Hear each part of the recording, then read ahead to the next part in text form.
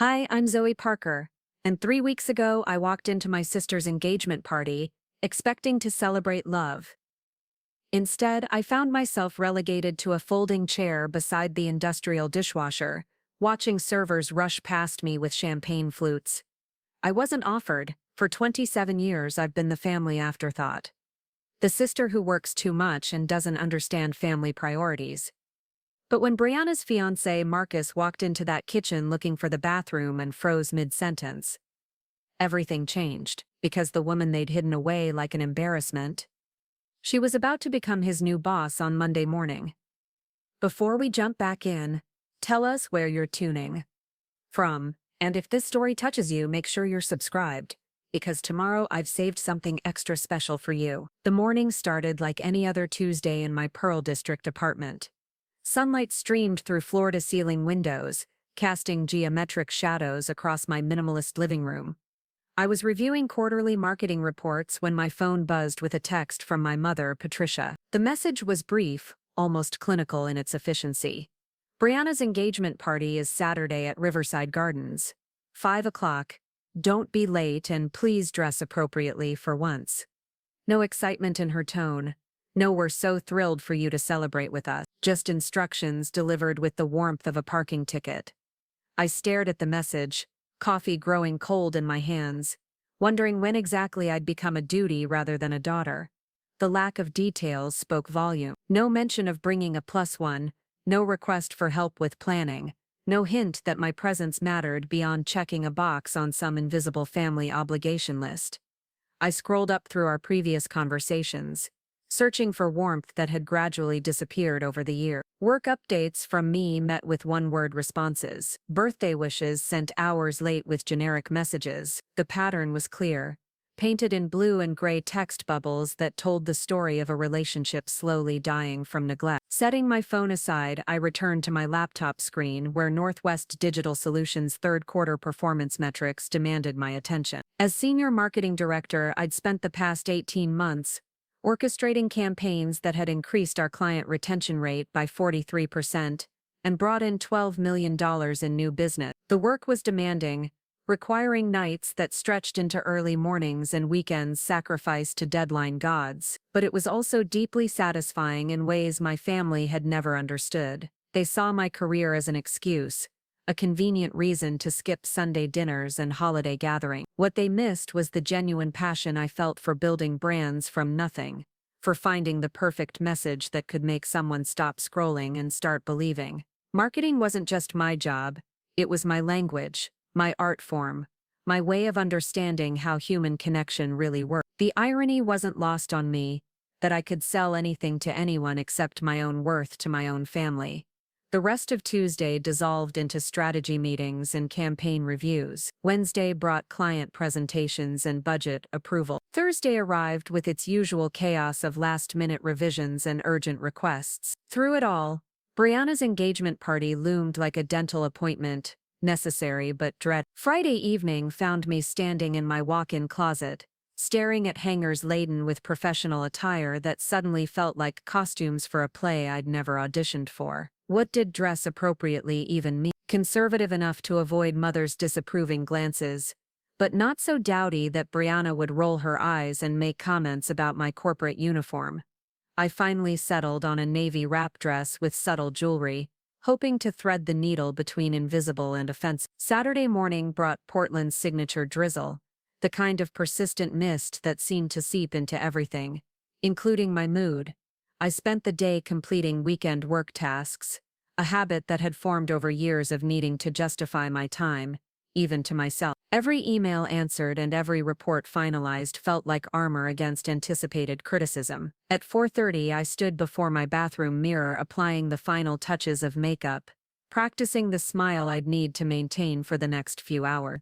The woman looking back at me appeared successful, composed, ready for whatever the evening might bring. She looked nothing like the uncertain little sister who'd spent decades seeking approval that never came. The drive to Riverside Gardens took 23 minutes through Portland's Saturday traffic. The venue sat nestled against the Willamette River, its manicured lawns and elegant architecture suggesting the kind of refined celebration Brianna had always dreamed of. Luxury cars filled the circular driveway as I pulled up in my practical Honda Civic, feeling immediately underdressed, despite my careful preparation.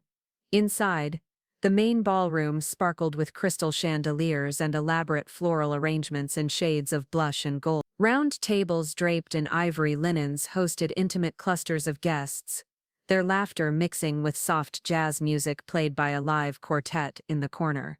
Everything looked perfect, like something from a wedding magazine spread. I approached the reception table where a young woman with a clipboard and practiced smile greeted arriving guests. "Name, please?" she asked, her pen poised over what appeared to be a detailed seating chart. "Zoe Parker," I replied, watching as her finger traced down the alphabetical list. Her brow furrowed slightly, then she flipped to a second page, then a third.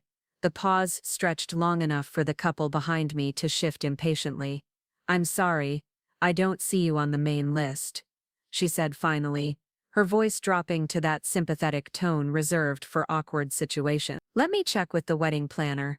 Vincent Chen appeared moments later, a tall man with silver hair and the kind of calm authority that comes from managing countless events. He reviewed the situation quickly, then smiled with professional grace. "Miss Parker? Of course. We have you at a special table in our adjacent space, right this way." Adjacent space turned out to be the venue's working kitchen, where industrial refrigerators hummed against stainless steel walls and servers in black uniforms rushed between prep stations. In the corner, almost hidden behind a rack of wine glasses, sat a single round table with a folding chair. No linens, no centerpiece, no ambient lighting, just me and the constant symphony of clattering dishes and barked orders from the catering staff. I sank into the metal chair, my wrap dress suddenly feeling foolish against the utilitarian backdrop. Through the doorway, I could see glimpses of the real party. Brianna floated between tables in a flowing white dress, accepting congratulations and air kisses from relatives and friends who hung on her every word. She looked radiant, genuinely happy, completely unaware that her sister was watching from exile. The servers were kind enough, offering apologetic smiles as they navigated around my makeshift seating arrangement. One young man even brought me a plate of appetizers, though he had to balance it carefully on the narrow table between salt shakers and extra napkins. "Sorry about the location," he whispered during a brief lull in kitchen activity. "We were told you preferred to be away from the main event." Something about social anxiety. Social anxiety.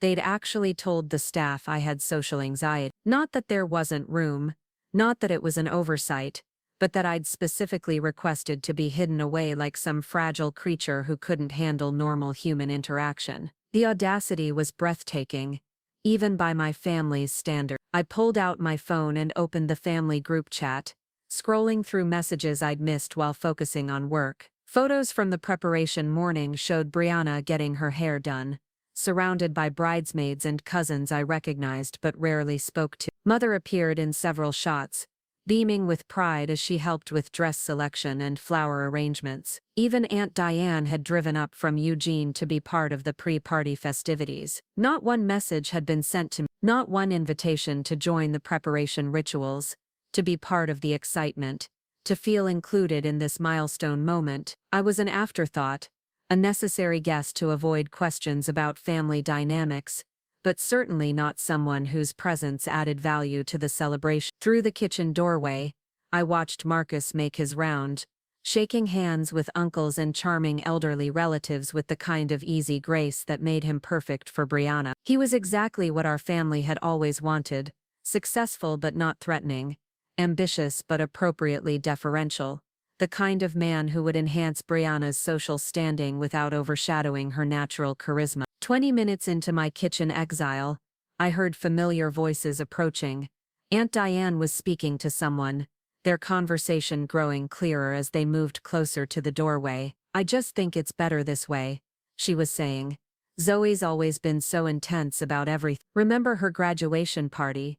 She spent the whole time talking about work instead of just enjoying herself. Some people just aren't built for celebrations." "She means well," came Mother's voice, though even her defense sounded half-hearted. She's just always been different, career focused to a fault. I sometimes wonder if we failed her somehow, not teaching her how to prioritize relationships over achievements. The words hit like physical blows. Different, career focused to a fault, as if success was a character flaw, as if building something meaningful was somehow evidence of moral failure. They spoke about me like I was a problem to be managed rather than a person to be understood. I closed my eyes and took a deep breath, tasting the industrial air of the kitchen and hearing the constant clatter of preparation around me. This was my sister's engagement party, and I was sitting alone behind a dish rack, listening to my own family dissect my perceived shortcomings with the casual cruelty of people who'd never bothered to ask what I actually wanted from life. My phone buzzed with a text from Chloe Kim,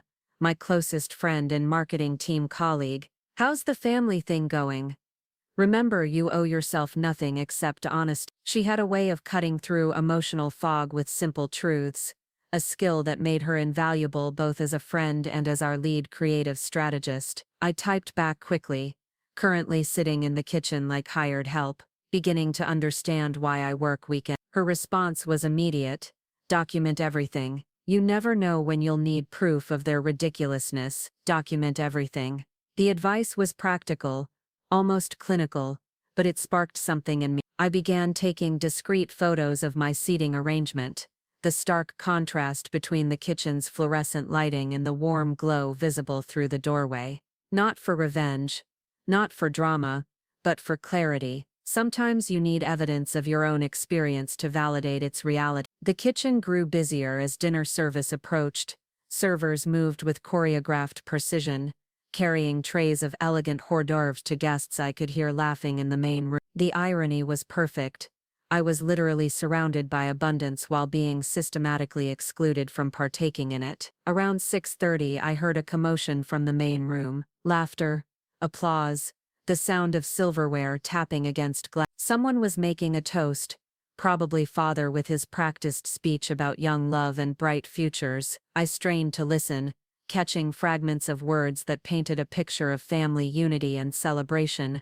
I was witnessing as an outsider. That's when Marcus appeared in the kitchen doorway, looking slightly lost and holding an empty champagne glass. He glanced around the bustling space, clearly searching for something, when his eyes landed on me. The recognition didn't come immediate. First there was polite acknowledgement, the kind of nod you give a stranger in an elevator, then confusion as his brain processed why someone in party attire was sitting alone in a working kitchen. Finally, the moment of realization that changed everything. His face went through a series of expressions: surprise, confusion, recognition, and then something close to mortification. "Zoe?" he said, his voice uncertain. "Zoe Parker from Northwest Digital?" I nodded, managing what I hoped was a neutral smile. "Hello, Marcus. Congratulations on your engagement. What are you—" he began, then stopped, looking around the kitchen as if seeing it for the first time. "Why are you back here?" "Apparently this is where they put the socially anxious family members," I said, surprising myself with how steady my voice sounded. "Don't worry.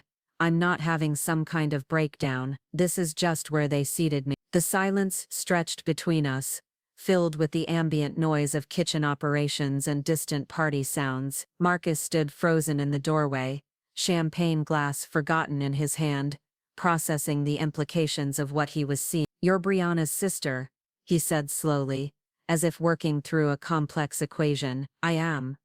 The Zoe Parker who's about to be promoted to VP of Marketing. That would be me. The person who built the Henderson campaign that landed us the Morrison account. Also me." He ran a hand through his hair, a gesture I recognized from countless Monday morning meetings, where he'd struggled to keep up with campaign complexities. "Do they know about your job?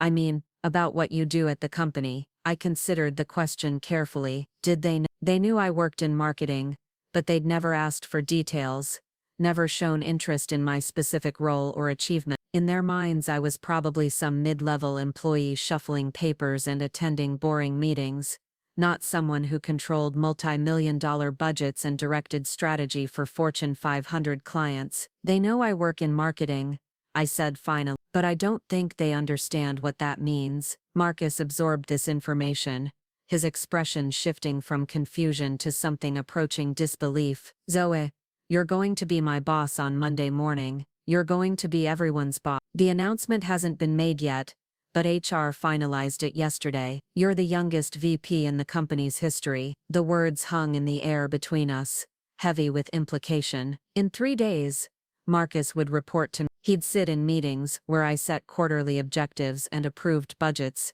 that could make or break careers. He'd watch me present to the board of directors and negotiate with clients whose accounts represented millions in revenue. And here I was, sitting on a folding chair in a kitchen because his fiancé's family considered me too awkward for their celebration. "I should get back," he said finally, though he made no move toward the door. "People will be wondering where I went." "Of course, enjoy the party, Mark. Monday is Monday. Tonight is tonight." He nodded but still didn't leave. "This is messed up, Zoe. This whole thing, you shouldn't be back here." "It's fine," I said, and meant it. "I'm learning a lot about family dynamics tonight."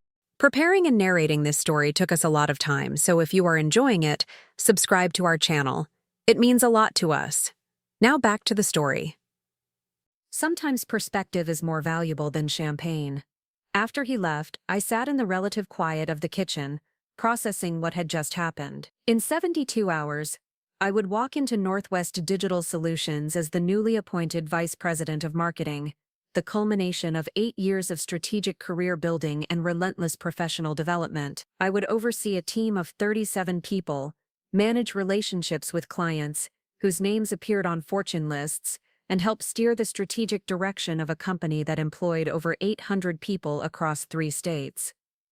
But tonight, I was the family member too problematic for public display, hidden away like an embarrassing secret, while my sister celebrated her engagement to a man who would soon sit across from me in executive meetings, trying to reconcile the woman he'd dismissed as socially anxious with the executive who controlled his career trajectory.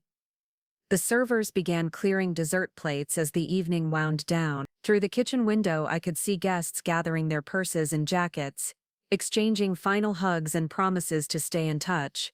The party was ending, and I had successfully navigated it without causing any drama or demanding attention I wasn't wanted to give. As I gathered my own belongings, preparing to slip out through the kitchen's back exit and avoid any awkward goodbyes, I felt my phone buzz with another message from Chloe. "Survived the family gauntlet," I typed back. "More than survive. I think I just discovered something interesting about power dynamics and family assumptions. Details tomorrow." The drive home through Portland's quiet Saturday night streets gave me time to process the evening's revelation. I'd entered Riverside Gardens as the overlooked sister, the family disappointment who chose career over connection. I was leaving as someone who had just watched her future subordinate realize that the woman his fiancé's family treated as an afterthought was about to become one of the most influential people in his professional life. The transformation hadn't happened in. I was the same person who'd arrived 3 hours earlier, with the same accomplishments, the same skills, the same value as a human being. The transformation had happened in Marcus's perception, in his sudden understanding that authority and worth aren't always visible to people who aren't looking for them. Back in my apartment, I poured a glass of wine and stood at my windows overlooking the city light. Portland spread out below me, millions of individual stories playing out in illuminated squares of glass and steel. Somewhere among those lights, Brianna and Marcus were probably discussing their engagement party, perhaps mentioning in passing the awkward family dynamics that had relegated his future boss to kitchen seating. I thought about Monday morning, about walking into the conference room where Marcus would see me not as the socially anxious sister-in-law, but as the executive who would evaluate his performance and determine his professional future. The power dynamic would be impossible to ignore, the irony too perfect to overlook.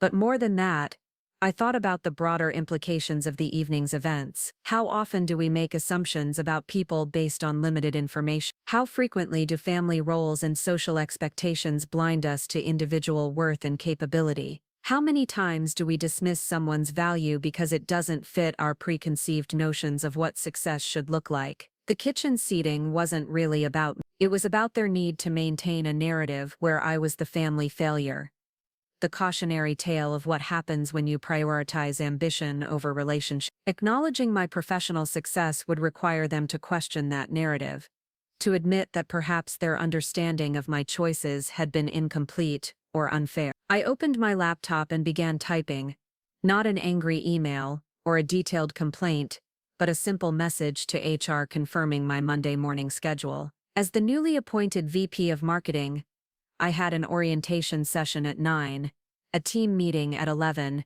and a client presentation at 2. Marcus would be in that team meeting, along with 36 other people who would soon discover that the woman Brianna's family had hidden in the kitchen was now their direct supervisor. The weekend passed quietly. Sunday brought its usual routine of meal prep and laundry, punctuated by a few work emails that couldn't wait until Monday.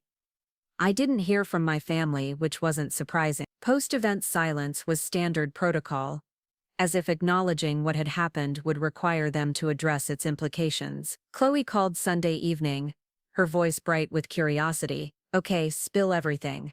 What was this mysterious revelation about power dynamic? I told her about the kitchen seating, about Marcus's recognition, about the slow realization that had dawned on his face when he understood who I really was in the context of his professional life. She listened without interruption, occasionally making small sounds of disbelief or amusement. So let me get this straight, she said when I finished.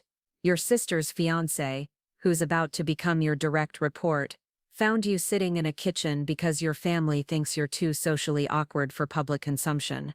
That's an accurate summary. And he knows about your promotion before your family does.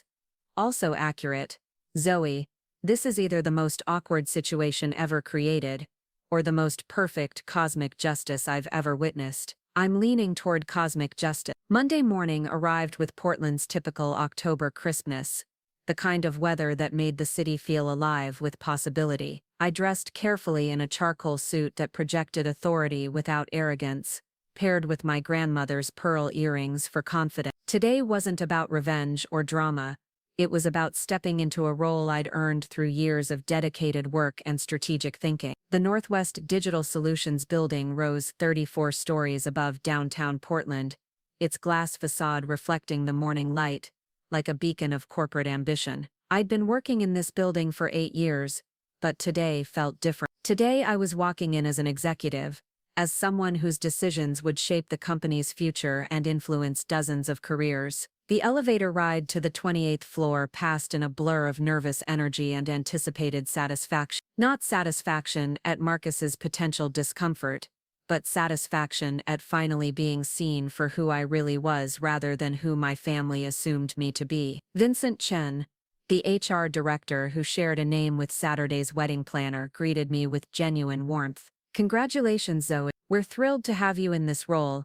Your work on the Morrison account really sealed the decision for the board. The morning orientation covered standard executive protocols, budget authorities, personnel policies, strategic planning responsibility. It was technical and detailed, the kind of information that would have bored my family to tears, but energized me with its implications for creative and operational possibilities. At 10:45, I walked toward the conference room where my new team was gathering for our first official meeting. Through the glass walls, I could see familiar faces chatting around the polished table, coffee cups and laptops scattered across its surface. And there, sitting about halfway down the table, was Marcus Rodriguez, checking his phone and looking perfectly comfortable in his role as junior account manager. I paused outside the conference room door, taking a moment to appreciate the symmetry of the situation. 3 days ago, he'd found me sitting on a folding chair in a kitchen, dismissed by his fiancé's family as too problematic for proper social inclusion. Now he was about to spend the next hour listening to me outline quarterly objectives and strategic priorities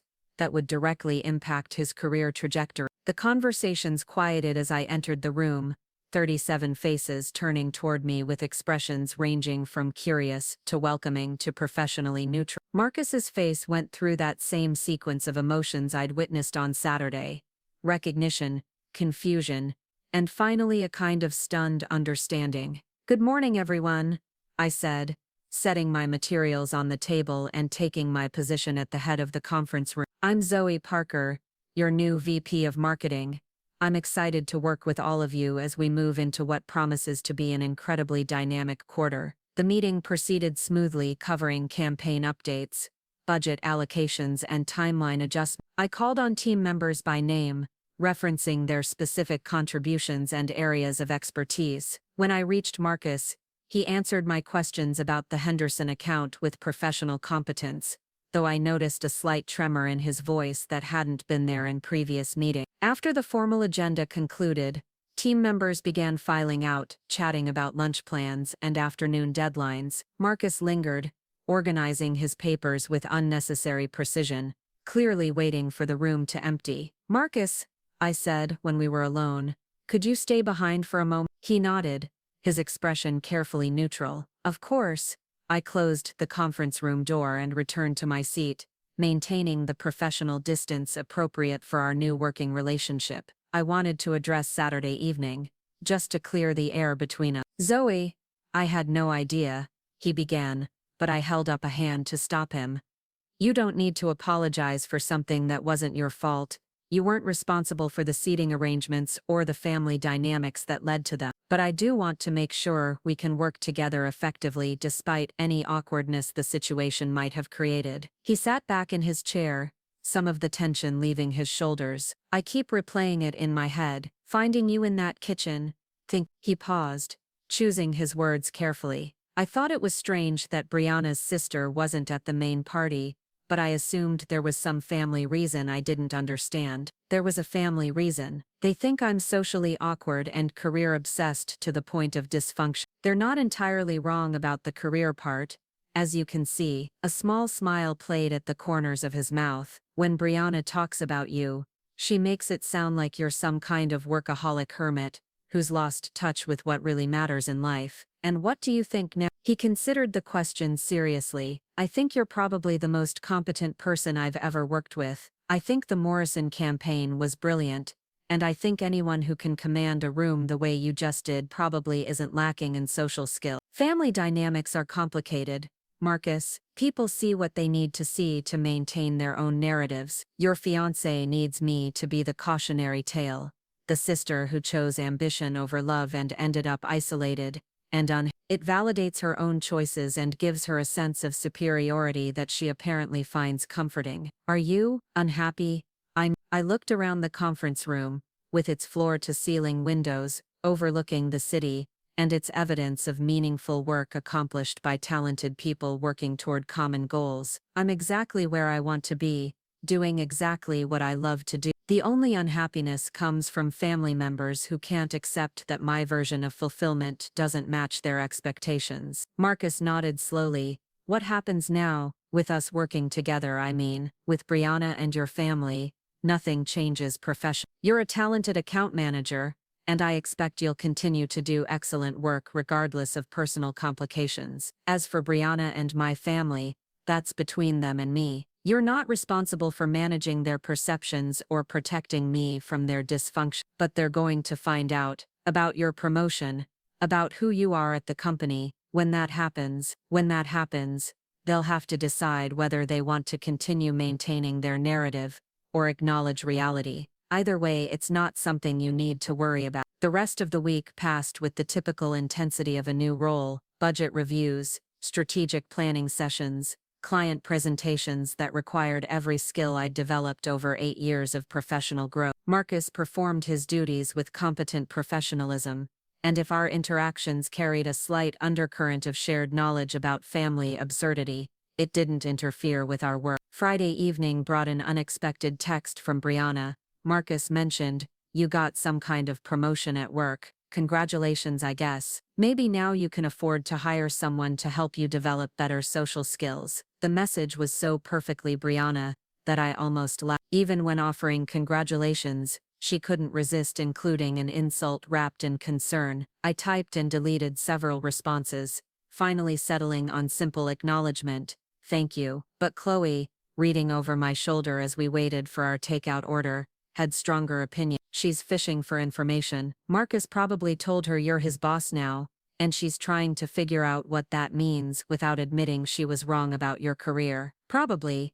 Are you going to tell them about the VP position? I considered the question while we walked back to my apartment, Thai food warming our hands against the evening chill. I don't think I need to tell them anything. If they're curious about my life, they can ask direct questions instead of making assumptions. I'm done managing their comfort level with my choices. Saturday morning brought another text, this time from Mother. Patricia here. Brianna mentioned you received a promotion at your job. We're having Sunday dinner tomorrow, and I thought it might be nice for you to share your good news with the family. Say around 5 o'clock. The invitation was typical of Mother's communication style, superficially warm but structured as a command rather than a request. After 27 years, I recognized the pattern. They wanted information about my promotion, probably to assess whether it changed their perception of my life choices, or simply provided new material for gentle mockery. I stared at the message for a long moment, considering my options. I could decline politely,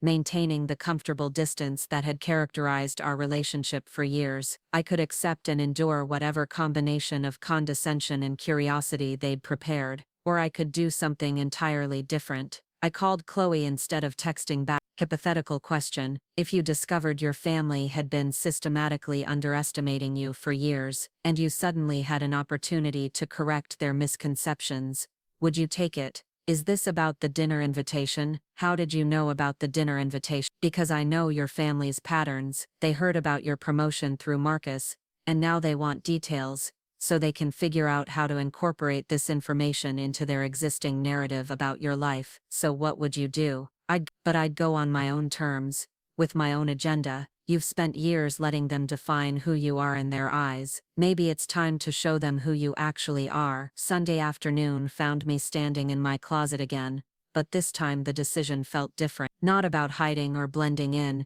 but about representing myself authentically. I chose a burgundy sweater dress that struck the right balance between polished and approachable, paired with low heels and minimal jewelry. The drive to my childhood home in Beaverton took 35 minutes through quiet suburban streets, lined with maple trees displaying their October color. The house looked exactly as it had for the past 15 years. Beige siding, manicured lawn, the kind of unremarkable middle-class respectability that Mother prized above all other virtues. I parked behind Father's sedan and sat for a moment, gathering my thoughts and intentions. Today wasn't about confrontation or drama. It was about clarity, about finally allowing them to see me as I actually was, rather than as they'd decided I should be. The front door opened before I could knock, revealing Mother in her standard entertaining outfit, navy slacks, cream blouse, pearls that had belonged to her own mother. Zoe, dear, right on time, come in, come in. The living room held the usual suspects: Father in his recliner with the Sunday paper, Aunt Diane on the sofa with her ever-present crossword puzzle, and Brianna curled up in the window seat, scrolling through her phone with the distracted air of someone who'd rather be elsewhere. We're so excited to hear about your promotion, Mother announced, settling into her favorite chair with the kind of theatrical enthusiasm that preceded fishing expeditions. Brianna said Marcus mentioned something about a new position at your company. That's right, I said, accepting the offered glass of iced tea and choosing a spot on the sofa that gave me a clear view of everyone's faces. I was promoted to Vice President of Marketing. The silence that followed was rich with process. Father looked up from his newspaper, reading glasses perched low on his nose. Aunt Diane's pen stopped moving across her crossword grid. Brianna's scrolling slowed, then stopped entirely. Vice President, Mother repeated slowly, as if testing the weight of the words. It sounds quite important. It is important. I oversee marketing strategy for the entire company, manage a team of 37 people, and handle client relationships worth approximately $43 million annually. More silence. Father folded his newspaper completely, giving me his full attention for perhaps the first time in years. $43 million, that's the combined value of our current client contracts. My department generated $12 million in new business last quarter alone. Brianna finally looked up from her phone. Marcus never mentioned that you were in charge of anything major. Marcus is one of my direct reports. As of Monday, I'm his supervisor. The words landed like stones in still water, creating ripples of realization that spread across their faces in slow motion. Brianna's expression shifted from casual interest to something approaching alarm. Mother's social smile flickered, uncertainty creeping around its edges. "You're Marcus's boss?" Brianna asked, her voice smaller than usual. "I'm everyone's boss in the marketing department. Marcus is a junior account manager on my team." Father cleared his throat, the sound rough with surprise. "Zoe, we had no idea your position was so significant. You never asked. For years you've known I worked in marketing, but you never showed interest in what that actually meant.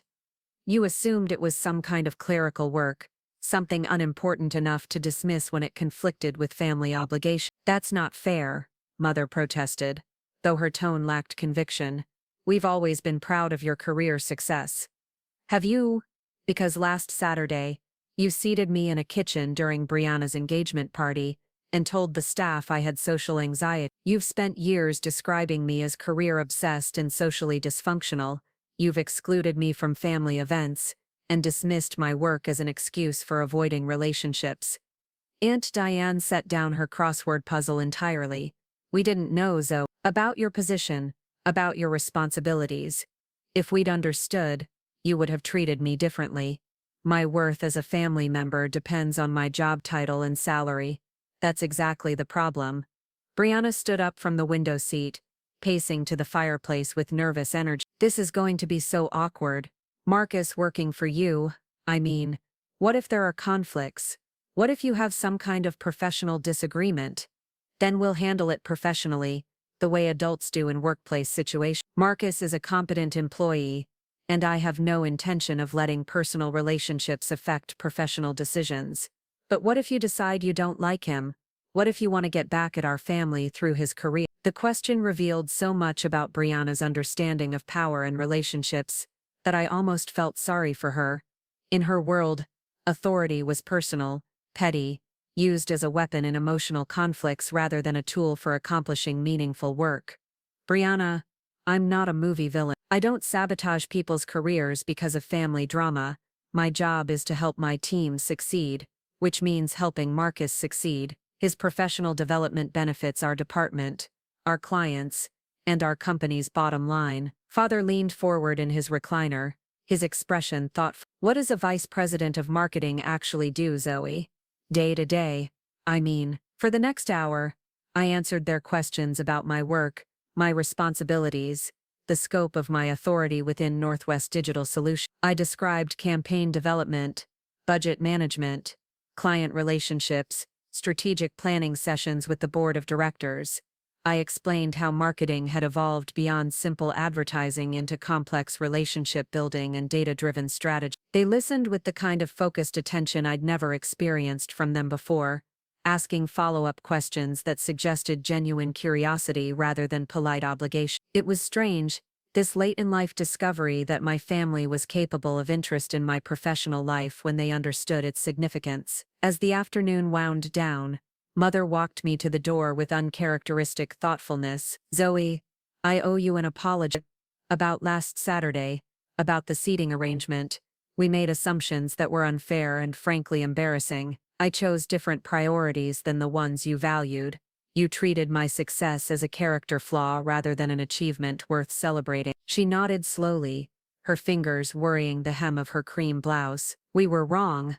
I can see that now. But you have to understand, we missed you at family gatherings. When you chose work over Sunday dinners over holiday celebrations, it felt like rejection. Did it ever occur to you to ask why I made those choices? To wonder if there were reasons beyond simple selfishness or social dysfunction?" The question hung between us, heavy with years of unspoken assumptions and missed opportunities for understanding. Mother's face showed the kind of discomfort that comes with recognizing uncomfortable truths about yourself. "I should have asked," she admitted finally. "I should have tried to understand your world instead of judging it by my own standards." The drive home gave me time to process the afternoon's revelations. They hadn't suddenly transformed into different people, but they'd been forced to confront the gap between their perceptions and reality. Whether that recognition would lead to lasting change remained to be seen, but at least the foundation for honest conversation had been established. Monday morning arrived with Portland's typical autumn mix of rain and possibility. I dressed in my navy power suit,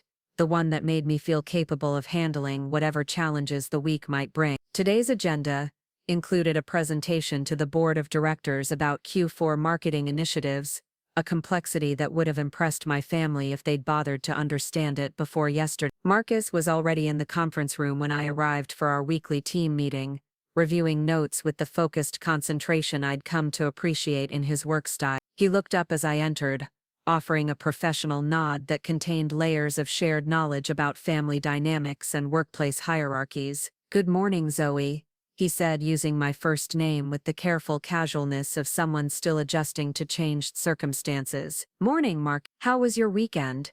"Enlightening," he replied with a slight smile. Brianna had a lot of questions about corporate structure and reporting relationships. I imagined she did. "Did you provide satisfactory answers?" I explained that workplace hierarchies exist for operational efficiency, not personal vendettas. I'm not sure she was entirely convinced. The rest of the team filtered in gradually, carrying coffee cups and the Monday morning energy that came with new project deadlines and client expectations. I called the meeting to order, running through agenda items with the systematic efficiency that had become my trademark over 8 years of professional development. When we reached the Henderson account update, Marcus delivered his report with competent professionalism, outlining client feedback and proposed strategy adjustment. His presentation was thorough, well-organized, exactly the kind of work that justified his position on the team, regardless of any personal complications. "Excellent work on the client relationship management," I said when he finished. "The Morrison folks specifically mentioned your responsiveness in last week's feedback session. Keep up the strong communication pattern." It was genuine praise based on objective performance metrics, but I noticed how carefully Marcus absorbed the positive feedback, as if storing it against future uncertainties about our working relationship. After the meeting, as team members dispersed to their individual projects, Marcus lingered near the conference table. "Zoe, could I ask you something about boundaries and professional ethics?" "Of course. If Brianna asks me to share information about your work, about company decisions or team dynamics, what's the appropriate response?" The question revealed a sophistication about workplace ethics I hadn't expected from him. Junior employees often struggled with the intersection of personal and professional relationships, especially when family members wanted insider information. "You should treat any request for confidential business information the same way you'd treat it if it came from anyone else outside the company," I said. "Our work here stays here, regardless of personal relationships. If Brianna wants to know about my professional responsibilities, she can ask me directly." That's what I thought, but I wanted to confirm. "She's been asking questions about your promotion, about what it means for the company, about whether there were other candidates. It feels like fishing for information I shouldn't be sharing." "You're right to be cautious. Employee promotion decisions are confidential personnel matters. The fact that you recognize the ethical boundaries speaks well of your professional judgment." Marcus nodded, relief evident in his expression. "I don't want to be caught between my job and my personal life. This situation is complicated enough without ethical violations." Tuesday brought a client crisis that required all my attention and most of my energy. The Morrison account was threatening to pull their business over a communication breakdown that had nothing to do with our actual work quality and everything to do with internal politics at their company. I spent the morning on conference calls, the afternoon crafting diplomatic emails, and the evening reviewing contract terms with our legal department. Marcus proved invaluable during the crisis, staying late to help coordinate client communications and ensure nothing fell through administrative cracks. His dedication was genuine, professional, exactly what I needed from a team member during high-pressure situations. "Thank you for the extra hours today,"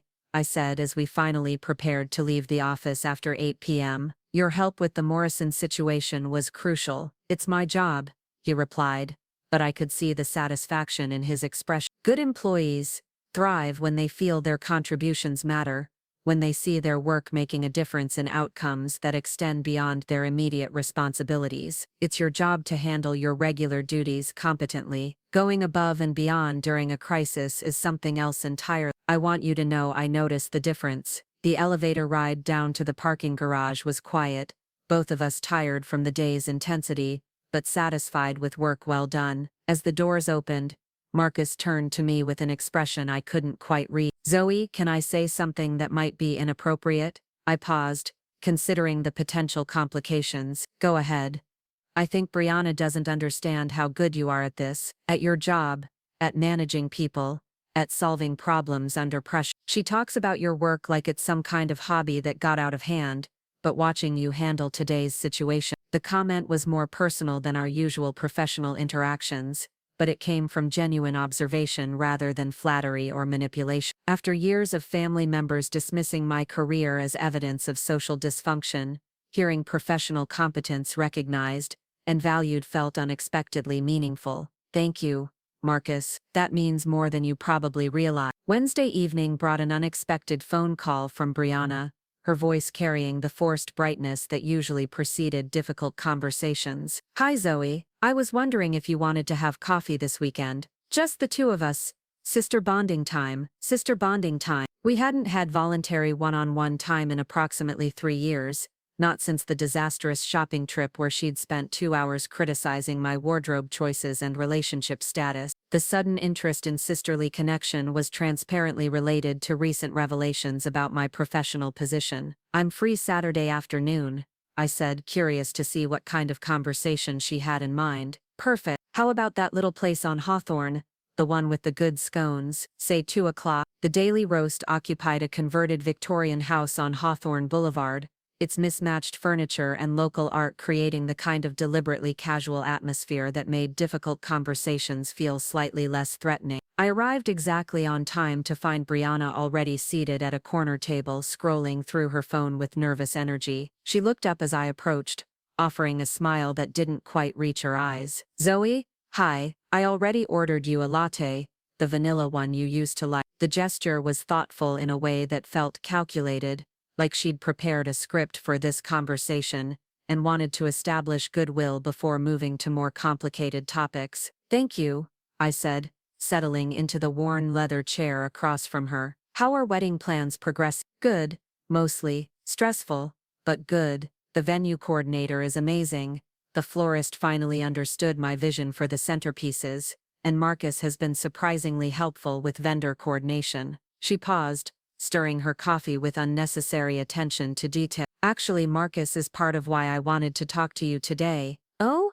This whole situation with you being his boss, it's creating some tension at home. He's being really careful about what he tells me about work, about you, about companies. It feels like he's choosing sides, and I don't like being shut out of part of his life. The complaint revealed so much about Brianna's understanding of professional boundaries that I almost didn't know where to begin addressing it. She seemed to view Marcus's ethical behavior as a personal betrayal rather than appropriate workplace conduct. Marcus is following standard professional protocols, I said carefully. Employee information and business decisions are confidential.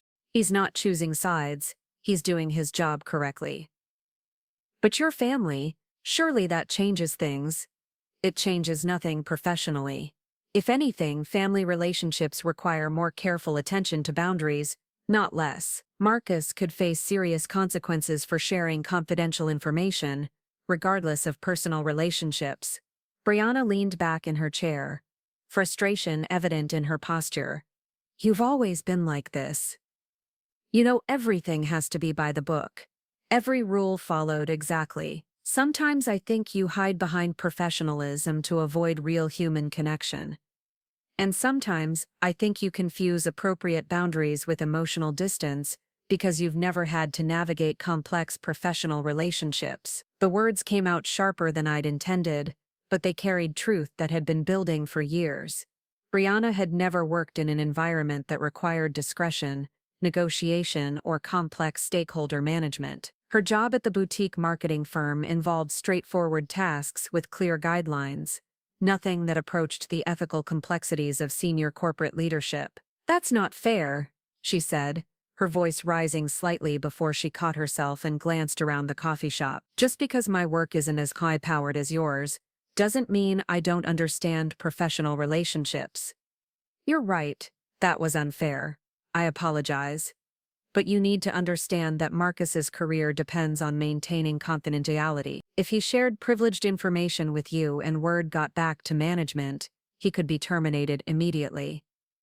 Would you fire him if he told me something he shouldn't have? The question was direct, challenging, designed to test whether I would prioritize family loyalty over professional standards.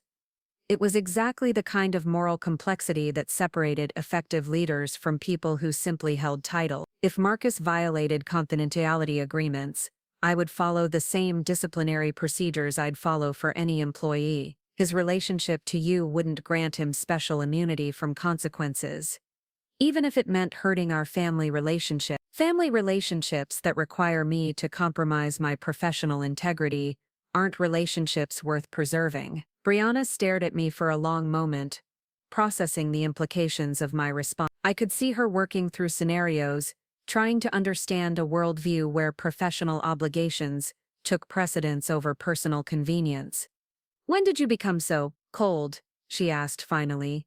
"When did career success become more important than the people who love you?" "I'm not cold, Brianna. I'm consistent.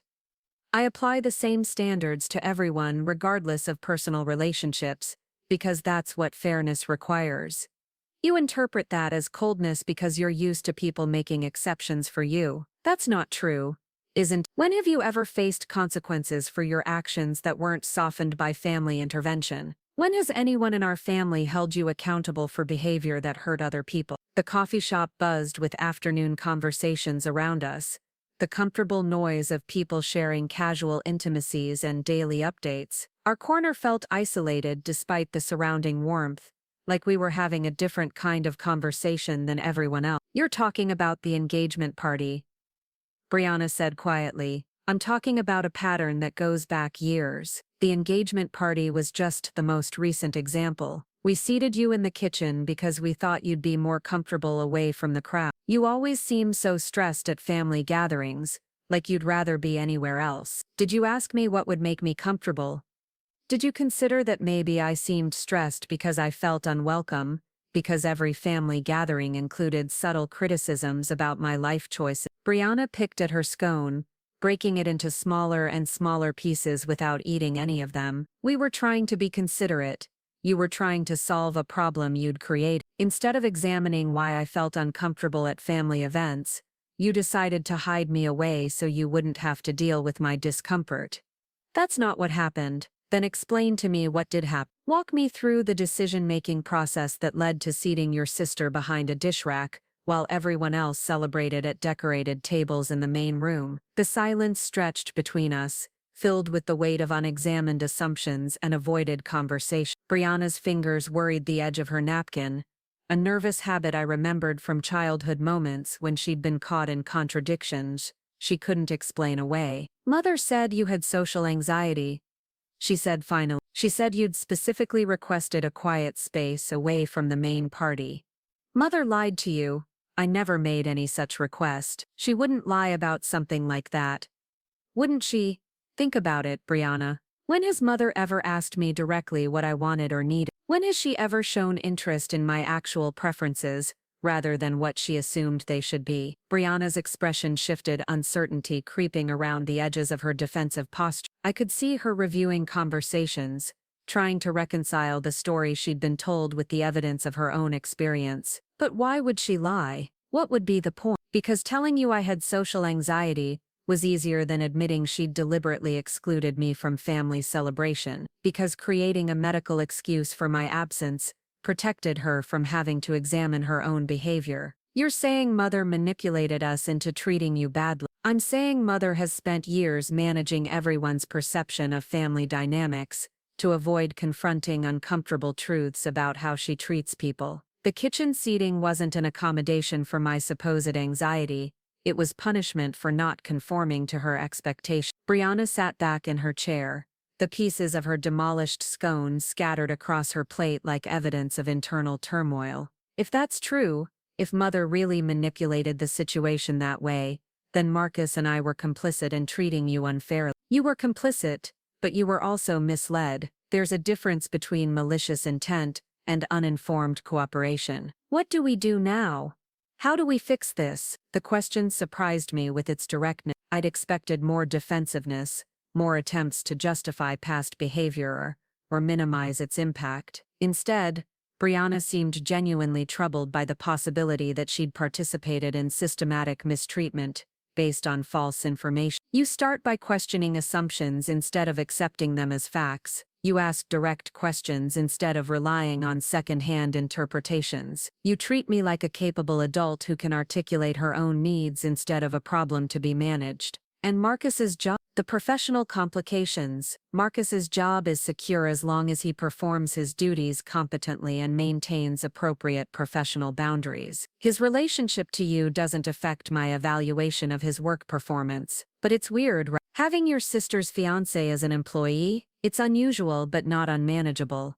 Workplace relationships require clear boundaries and consistent application of policy. As long as everyone understands and respects those boundaries, personal connections don't have to interfere with professional obligations. We sat quietly for a few minutes, both processing the implications of our conversation. Around us, the coffee shop continued its afternoon rhythm, people coming and going with the easy confidence of those whose family relationships didn't require diplomatic negotiation. I owe you an apology, Brianna said finally, for the engagement party, for believing Mother's version of events without checking with you, for treating you like you were the problem instead of recognizing that maybe we were the ones who needed to change our approach. I appreciate the apology. What matters more is whether this recognition leads to different behavior in the future. What would different behavior look like? Direct communication instead of assumptions. Inclusion in family planning instead of afterthought invitation. Recognition that my professional success is an achievement worth celebrating, rather than a character flaw that needs to be managed. That seems reasonable. It is reasonable. The fact that it feels unusual to you says more about our family's communication patterns than about the difficulty of treating each other with basic respect. Thursday morning brought news that the Morrison account crisis had been resolved in our favor, thanks largely to the coordinated response Marcus and I had orchestrated earlier in the week. The client sent a formal letter of appreciation specifically mentioning our team's professionalism and problem-solving capabilities. I forwarded the letter to Marcus with a note, "Excellent work on the Morrison situation." This kind of client feedback is exactly what builds careers and reputations in our industry. His response was immediate. "Thank you for the leadership during the crisis. I learned more about effective project management in 3 days than I had in the previous 6 months." The exchange was purely professional, but it represented something important about the possibility of maintaining appropriate workplace relationships despite personal complications. Marcus was proving capable of separating his professional development from his personal concerns about family dynamics. Friday afternoon brought a team celebration for the Morrison account's success, complete with champagne and catered appetizers in the conference room. The mood was festive, congratulatory, the kind of shared achievement that made the long hours and occasional stress worthwhile. Marcus participated enthusiastically in the celebration, accepting congratulations from teammates and sharing credit appropriately for collaborative effort. Watching him navigate the social aspects of workplace success, I realized he possessed skills that would serve him well in future career advancement, regardless of his current junior status. As the celebration wound down and people returned to their desks for final Friday tasks, Marcus approached me near the conference room windows that overlooked downtown Portland. "Zoe, I wanted to thank you for something specific." "What's that?" "For treating this whole situation professionally from the beginning. I was worried that personal complications would affect how you evaluated my work, but you've been completely fair and consistent. It's made it possible for me to focus on doing my job well instead of worrying about family politics." That's exactly what I hoped would happen. Good employees shouldn't have to navigate personal relationships to succeed professionally. Brianna mentioned she talked to you this week about boundaries and professional ethics. I think it helped her understand why I can't share certain information about work. I hope so. Clear boundaries benefit everyone involved, including her. She's planning to apologize to you directly about the engagement party situation. She realizes now that the seating arrangement wasn't what she thought it was. The news was encouraging but not surprising. Brianna had always been capable of recognizing mistakes when presented with clear evidence, even if she sometimes required multiple conversations to fully process new information. I'm glad she's willing to address it directly. Honest communication is the only way to move forward from misunderstandings. Do you think things will be different now? With your family, I mean. I considered the question while watching afternoon traffic move through the streets below. Change was possible, but it required sustained effort and genuine commitment to different patterns of interaction. Things will be different if people choose to behave differently. Recognition of past mistakes is just the first step. The real test is whether that recognition translates into consistent changes in behavior over time. Saturday evening brought an unexpected phone call from Mother, her voice carrying an unfamiliar note of hesitation. "Zoe, dear, I was wondering if you might have time to talk this weekend. There are some things I need to discuss with you about recent family situations." Recent family situations. Mother's euphemistic language for the growing awareness that their understanding of my life had been incomplete and potentially unfair. "I'm free tomorrow afternoon," I said. "Would you like to come to my apartment, or would you prefer to meet somewhere?" "Your apartment would be nice. I've never actually seen where you live." The admission was startling in its casual revelation of how disconnected we'd become. I'd been living in the Pearl District for over 2 years, had invited them for dinner multiple times, but they'd always declined with various excuses about traffic or parking or scheduling conflict. Sunday afternoon found me straightening my already organized living space and preparing coffee for a conversation I couldn't entirely predict. Mother arrived precisely on time, dressed in her usual conservative elegance, but carrying herself with less certainty than I was accustomed to seeing. "What a lovely space," she said, taking in the clean lines and carefully chosen furnishings. "It's very sophisticated." "Thank you. Can I offer you coffee or tea?" "Coffee would be wonderful." We settled in my living room, Mother perched somewhat formally on the edge of my gray sectional sofa, while I curled into the adjacent chair with my own mug. The afternoon light streaming through my windows created a peaceful atmosphere that felt conducive to honest conversation. "I owe you a significant apology," Mother began without preamble, "about the engagement party, about the seating arrangements, about the story I told everyone regarding your supposed social anxiety." "I'm listening," I lied. Not to be malicious, but to avoid admitting that I'd made a decision based on my own discomfort rather than your actual needs. "I told everyone you'd requested a quiet space because it sounded better than acknowledging that I'd simply assumed you wouldn't want to be part of the main celebration." The confession was more direct than I'd expected, carrying the weight of genuine remorse rather than defensive justification. "Why did you assume I wouldn't want to participate?" Mother stared into her coffee cup, as if searching for answers in its dark surface. "Because you always seemed so separate from us. At family gatherings, you'd sit quietly while everyone else talked. You'd check your phone frequently. You'd leave early when possible." I interpreted that as discomfort with family socializing rather than other possibilities. "What other possibilities?" "That maybe you felt excluded from conversations that never included topics you cared about. That maybe you checked your phone because no one asked about your work or your interests. That maybe you left early because staying longer felt like enduring judgment rather than enjoying family time." The insight surprised me with its accuracy and emotional intelligence. Mother had clearly been thinking seriously about family dynamics and her own role in creating the patterns she'd later misinterpreted. "All of those things were true," I said quietly. "I felt like a spectator at family events, watching everyone else share experiences I wasn't part of and discuss topics I wasn't included in. I realize that now, but at the time I convinced myself that you simply weren't interested in family connection, that your career had become more important to you than relationships." "My career was never more important than relationships, Mother. But it was more rewarding than relationships that consistently made me feel inadequate or unwelcome." Mother nodded slowly, absorbing the distinction. "I need you to understand something, Zoe. My assumptions about your choices weren't entirely unfair given the information I had. You did choose work over family events. You did prioritize professional obligations over personal invitations. From my perspective, it looked like rejection. From my perspective, family events felt like performances where I was expected to play a role that didn't fit who I actually was. Professional obligations offered clear expectations and measurable rewards for meeting them.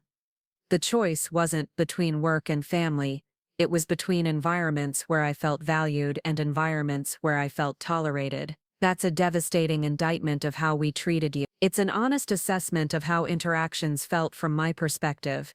Whether that reflects intentional mistreatment or simply mismatched communication styles is something we'd have to examine together. Mother set down her coffee cup and looked directly at me for the first time since arriving.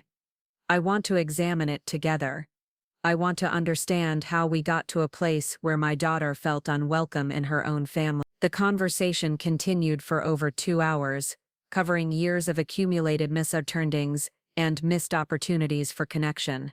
Mother asked detailed questions about my work, my goals, my reasons for making specific choices that had puzzled or frustrated the family. I explained the professional pressures and personal satisfactions that drove my decisions, the way career advancement required strategic thinking and consistent effort that sometimes conflicted with social obligation. I had no idea your job was so complex, Mother said when I finished describing a typical week of responsibilities.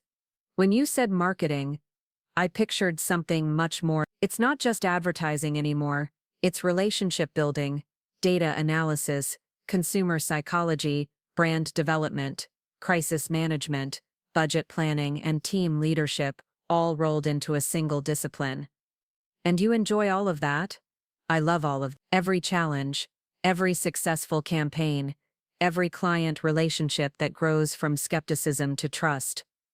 It's intellectually stimulating work that makes a real difference in how businesses connect with their customers. Why didn't you ever explain this to us before? The question hung between us, heavy with years of frustrated communication attempts and defensive responses.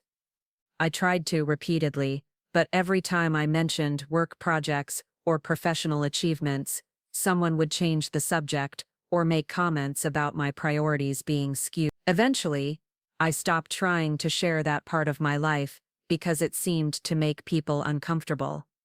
We made you feel like your success was something to be ashamed of. You made me feel like my passion for my work was evidence of personal dysfunction rather than professional competence. Mother was quiet for a long moment, processing the implications of behaviors she'd never examined from my perspective. How do we fix this, Zoe? How do we rebuild a relationship that works for both of us? We start by having conversations like this one, direct, honest discussions about assumptions and expectations, instead of operating from unspoken judgments. We ask questions instead of making interpretations. We celebrate each other's successes instead of treating them as threats to family dynamics. That sounds reasonable but also challenging. Changing communication patterns after 27 years won't be easy. No, it won't be easy. But it's possible if everyone involved is willing to be uncomfortable while we learn new ways of interacting. I'm willing to be uncomfortable. Good. Because the first uncomfortable truth is that I don't need your approval to feel good about my life choices. I need your respect and your genuine interest, but not your validation. Mother smiled for the first time since arriving, expression that carried both sadness and relief. That might be the healthiest thing any of my children has ever said to me. Monday morning brought a team meeting that included final preparations for our Q4 client presentation to the board of directors. The presentation represented months of strategic planning and data analysis, the kind of high-stakes professional challenge that required every skill I'd developed over 8 years in the industry. Marcus contributed valuable insights during the preparation session, asking questions that helped refine our messaging and identifying potential concerns that board members might raise. His engagement was thorough, professional, exactly what I needed from a team member during complex project development. Excellent preparation work, I told him as the meeting concluded. Your attention to potential objections will help us address concerns proactively rather than defensively. Thank you. I've been studying board meeting minutes from previous quarters to understand their decision-making patterns and priority areas. The initiative impressed me beyond the immediate value of his research. Good employees anticipated needs and prepared solutions. Exceptional employees studied organizational patterns to understand how their work fit into larger strategic objectives. That kind of strategic thinking will serve you well in future career advancement.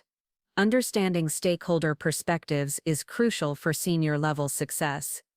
Tuesday's board presentation exceeded all expectations, with unanimous approval for our Q4 initiatives and specific commendation for our team's preparation and strategic thinking. The board chair specifically mentioned the thoroughness of our competitive analysis and the clarity of our projected outcome. I made sure to highlight Marcus's contributions during the presentation, noting his research into client satisfaction patterns and his insights into market positioning strategy. Recognition in front of senior leadership was invaluable for junior employees, creating visibility that could influence future advancement opportunities. After the presentation, as we gathered materials and prepared to return to our offices, Marcus approached me with an expression I couldn't quite read. "Zoe, can I ask you something personal?" "Go ahead." "Do you think our working relationship will ever feel completely normal, or will there always be this underlying awareness of family complications?" The question was thoughtful, honest, exactly the kind of direct communication that made complex situations manageable. I think normal is probably the wrong goal. Our working relationship will always have additional complexities because of family connections. But those complexities don't have to interfere with professional effectiveness if we continue to maintain clear boundaries and consistent standards. So you're not concerned about long-term awkwardness. I'm concerned about professional performance and ethical behavior. If we both focus on those priorities, any personal awkwardness becomes irrelevant to our work success. Wednesday brought an unexpected email from Father, the first direct communication I'd received from him in several months. The subject line read simply, "Proud of you," and the message was brief but meaningful. "Zoe, your mother told me about your promotion and explained some things about your work that I didn't understand before. I want you to know that I'm proud of what you've accomplished and sorry for not recognizing its significance sooner. Would you like to have lunch this weekend to talk more? Love, Dad." The message was so unlike Father's usual communication style that I read it 3 times, searching for hidden meanings or subtle criticisms, but the tone was straightforward, apologetic, genuinely warm in a way I hadn't experienced from him in years. I replied immediately, "I would love to have lunch with you this weekend, thank you for reaching out." Saturday's lunch took place at a small Italian restaurant near my apartment, chosen for its quiet atmosphere and excellent food rather than any particular family significance. Father arrived early, already seated and reviewing the menu when I walked in. "Zoe," he said, standing to hug me with more warmth than I'd felt from him in years. "You look wonderful. Successful." "Thank you, Dad.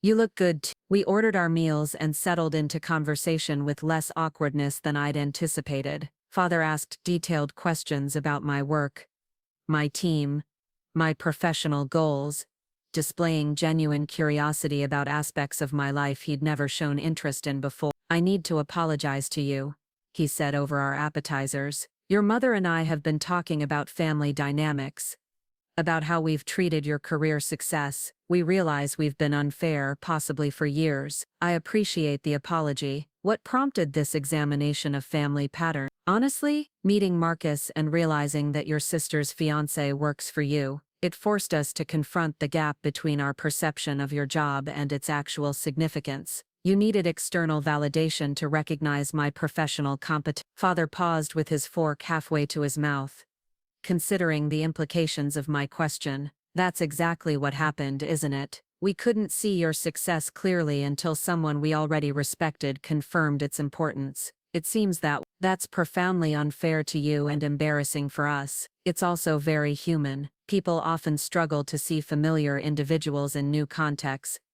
especially when those contexts challenge existing assumptions. You're being more gracious about this than we deserve." "I'm being realistic about human psychology and family dynamics. Recognition is more valuable when it comes from genuine understanding rather than guilt or obligation." Father smiled, the kind of expression that suggested relief mixed with newfound respect. "When did you become so wise about people, managing 37 employees and navigating complex client relationships? requires understanding human motivation and communication patterns. Professional psychology skills transfer to personal situations. Tell me about your team. What's it like being responsible for so many people's careers? For the next hour, I described the challenges and satisfactions of leadership.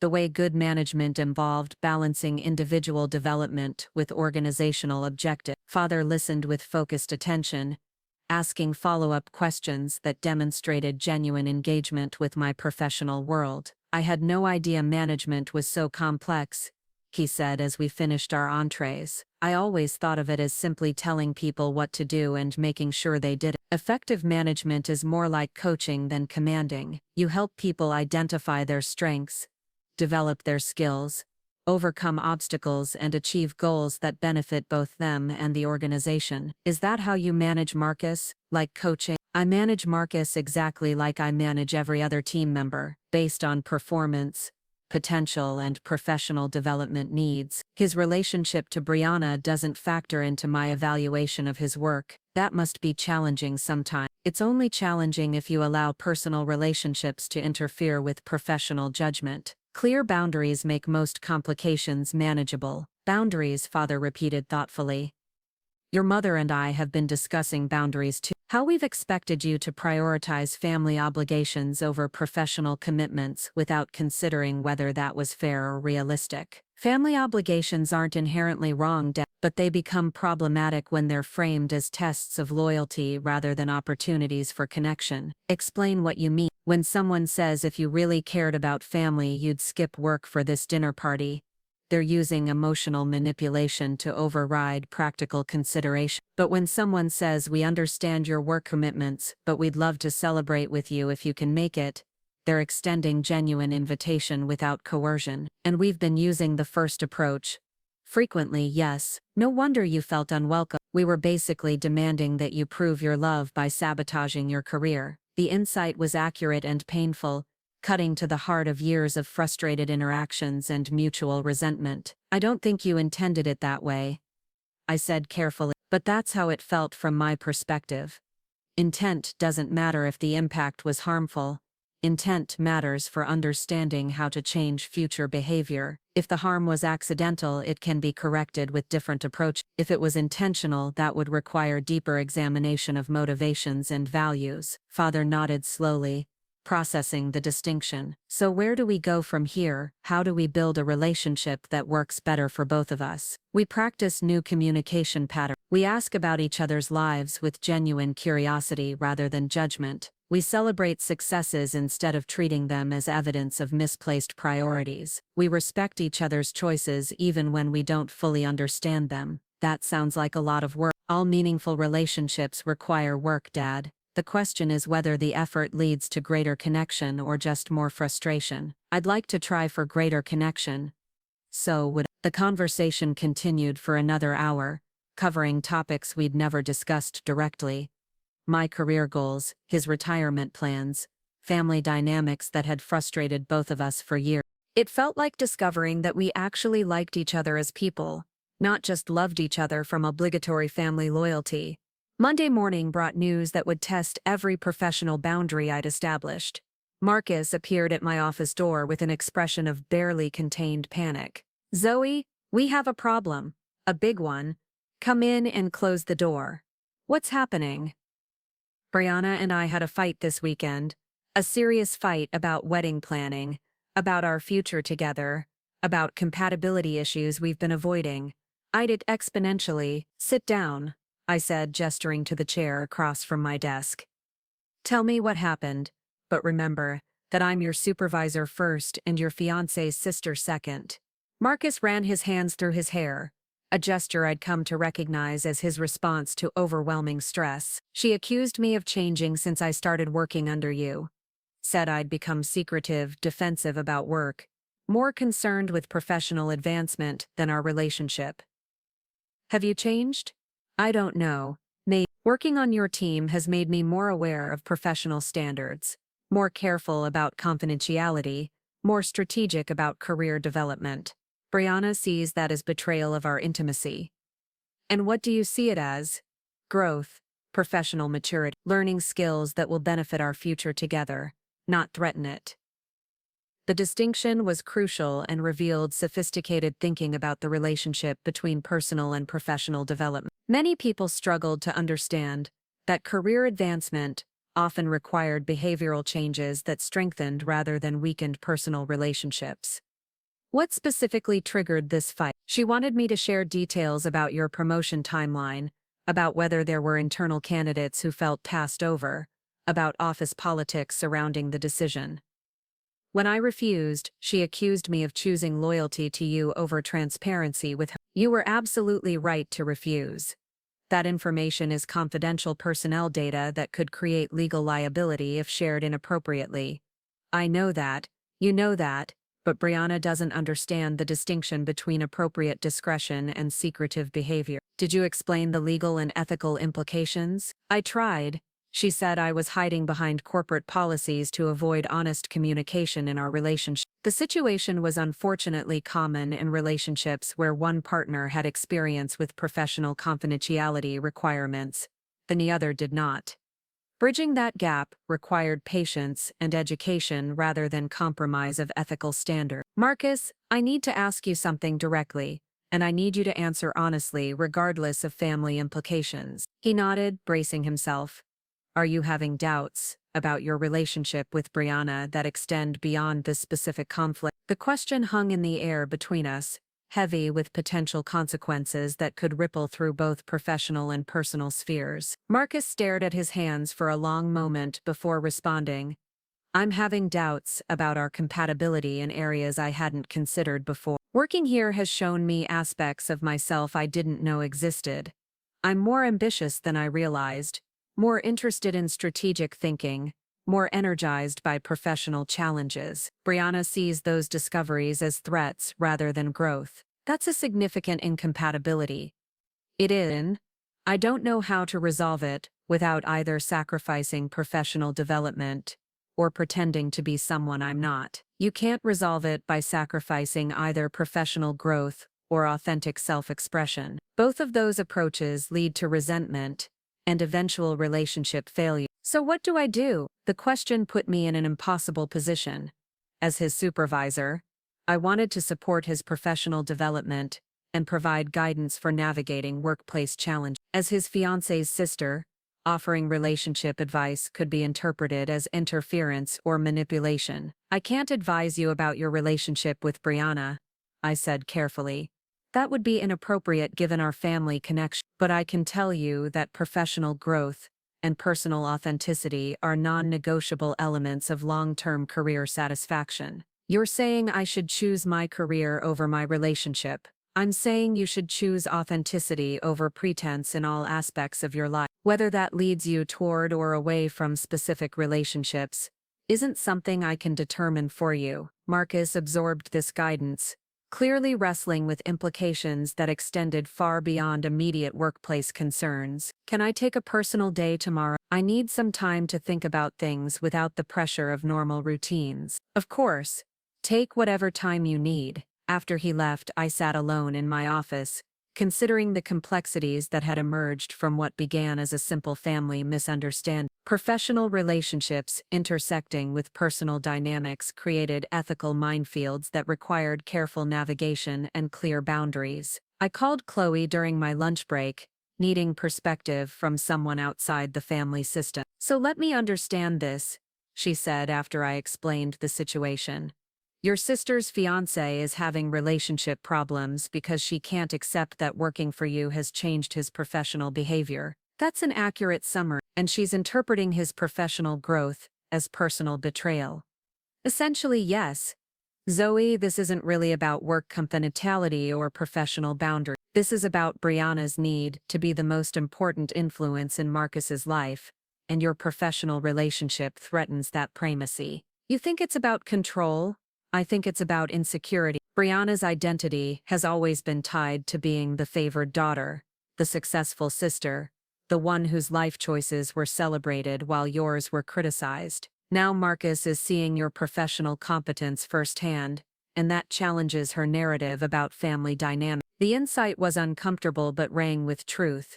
Brianna had built her self-concept partly on the foundation of my supposed dysfunction, and evidence of my professional success threatened that construction. So what happens if their relationship doesn't survive this crisis? Then Marcus dodges a bullet, and Brianna learns that relationships based on keeping your partner small and manageable aren't sustainable with healthy, growing people. And if it does survive, then either Brianna develops the capacity to celebrate her partner's growth, or Marcus learns to hide his authentic self to maintain domestic peace. One outcome strengthens their relationship, the other dooms it. Tuesday passed without communication from Marcus, which was appropriate given his personal day request. I focused on routine management tasks and strategic planning, but couldn't entirely shake awareness of the drama unfolding in my family's system. Wednesday morning brought Marcus back to work with an expression of determined calm that suggested significant decisions had been made during his time away.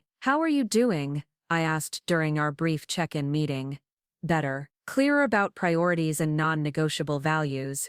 Good. Is there anything I need to know that affects your work performance or team dynamics?" "Not directly, but there may be some family turbulence in the coming weeks that could create awkward situations at social gatherings." "Understood. Remember that your professional responsibilities remain the same regardless of personal circumstances. I wouldn't expect otherwise." The conversation was brief, professional, exactly what I needed from an employee dealing with personal challenges that might affect workplace dynamics. Thursday afternoon brought an unexpected visit from Brianna, who appeared at my office reception area without appointment or advance notice. My assistant Sarah buzzed me with obvious uncertainty about protocol. "Zoe, your sister is here to see you. She says it's urgent and family-related." Family emergencies took precedence over routine work tasks, but Brianna's definition of urgent didn't always align with objective reality. "Send her in." Brianna entered my office with the kind of agitated energy that preceded dramatic confrontation. She looked around the space with obvious surprise, taking in the diplomas, awards, and professional photographs that decorated my walls. "This is quite an office," she said, settling into the chair across from my desk without invitation. "Thank you. What's the urgent family matter?" "Marcus and I broke up." The announcement wasn't entirely surprising given Monday's conversation, but the timing and location of this reveal suggested Brianna had specific objectives beyond simply sharing news. "I'm sorry to hear that. Ending an engagement is always difficult." "Are you sorry?" Of course I'm sorry. I don't take pleasure in other people's pain, regardless of our relationship complications. But you're not surprised. I'm not shocked. "No. Marcus mentioned that you were having compatibility concerns." Brianna's expression sharpened. "What else did Marcus mention about our relationship?" The question carried implications that made me extremely cautious about my response. Sharing details of Marcus's confidential conversation would violate professional ethics and potentially create more drama. "Marcus mentioned that you had concerns about his professional behavior and confidentiality practices. That's the extent of what he shared with me. He didn't tell you that I accused him of having feelings for you." The revelation hit like cold water, reframing everything I thought I understood about their relationship crisis. "No, he did not share that accusation, because that's what this is really about, Zoe. Not professional boundaries or career development. I think Marcus has feelings for you, and I think working closely together has intensified whatever attraction existed before." "Brianna, that's a serious accusation that has no basis in reality. Marcus and I have maintained completely professional relationships throughout our working partnership." "Have you?" "No lingering looks during meetings, no personal conversations that went beyond workplace topics, no moments of connection that felt like more than supervisor-employee interaction." I reviewed my interactions with Marcus, searching for behavior that could be misinterpreted as romantic or inappropriate. Our conversations had been professional, focused on work tasks and career development. Any personal elements had been directly related to navigating family complications. I have never behaved inappropriately with Marcus, nor has he with me. Our relationship is professional, collegial, and entirely appropriate, given our working partnership.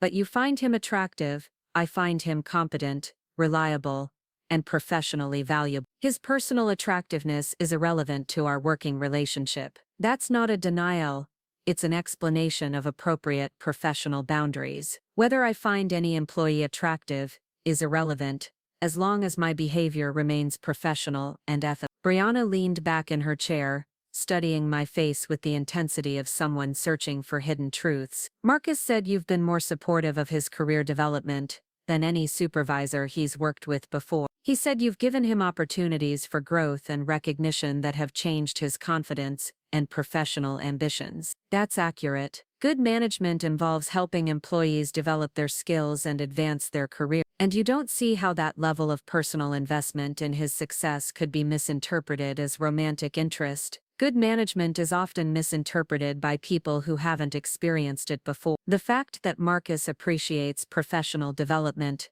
opportunities doesn't indicate romantic attraction any more than my providing those opportunities does. So you're saying I'm imagining things. I'm saying you're interpreting professional competence through the lens of personal insecurity. The words were blunter than I'd intended, but they carried truth that needed to be addressed directly. Personal insecurity. Brianna, you've spent years believing that my professional life was evidence of social dysfunction. Discovering that I'm actually competent at my job and respected by colleagues challenges that belief system. Rather than adjusting your understanding of my capabilities, you're creating explanations that preserve your original assumptions. You think I can't handle the fact that you're successful. I think you struggle with any evidence that contradicts the narrative you've built about our family dynamics. What narrative? The one where I'm the problematic sister who chose career over relationships and ended up isolated and unhappy while you made the healthy choice to prioritize love and family connection. Brianna stared at me for a long moment,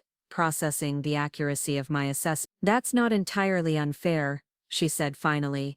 I did need you to be the cautionary tale. Why? Because if you could be successful and happy while prioritizing career over family obligations, it meant my choices weren't inherently superior. It meant there were multiple valid ways to build a life, and I wasn't necessarily choosing the better path. The admission was more honest than I'd expected, revealing self-awareness I hadn't credited her with possessing. Your choices aren't superior or inferior to mine, Brianna. They're different approaches to building a meaningful life. The problem arose when you needed mine to be wrong to validate yours, and now you have to decide whether you can accept that multiple approaches to life satisfaction are valid, or whether you need to keep finding evidence that anyone who makes different choices is fundamentally flawed. What about Marcus? What happens with his job if our breakup creates awkwardness? Marcus's job performance will be evaluated based on his professional competence, exactly as it was before your relationship ended. Personal circumstances don't affect workplace standards, but it will be weird, right? Having your ex-sister's fiancé as an employee? It might be unusual, but unusual isn't the same as unmanageable. Adults are capable of maintaining professional relationships despite personal complications.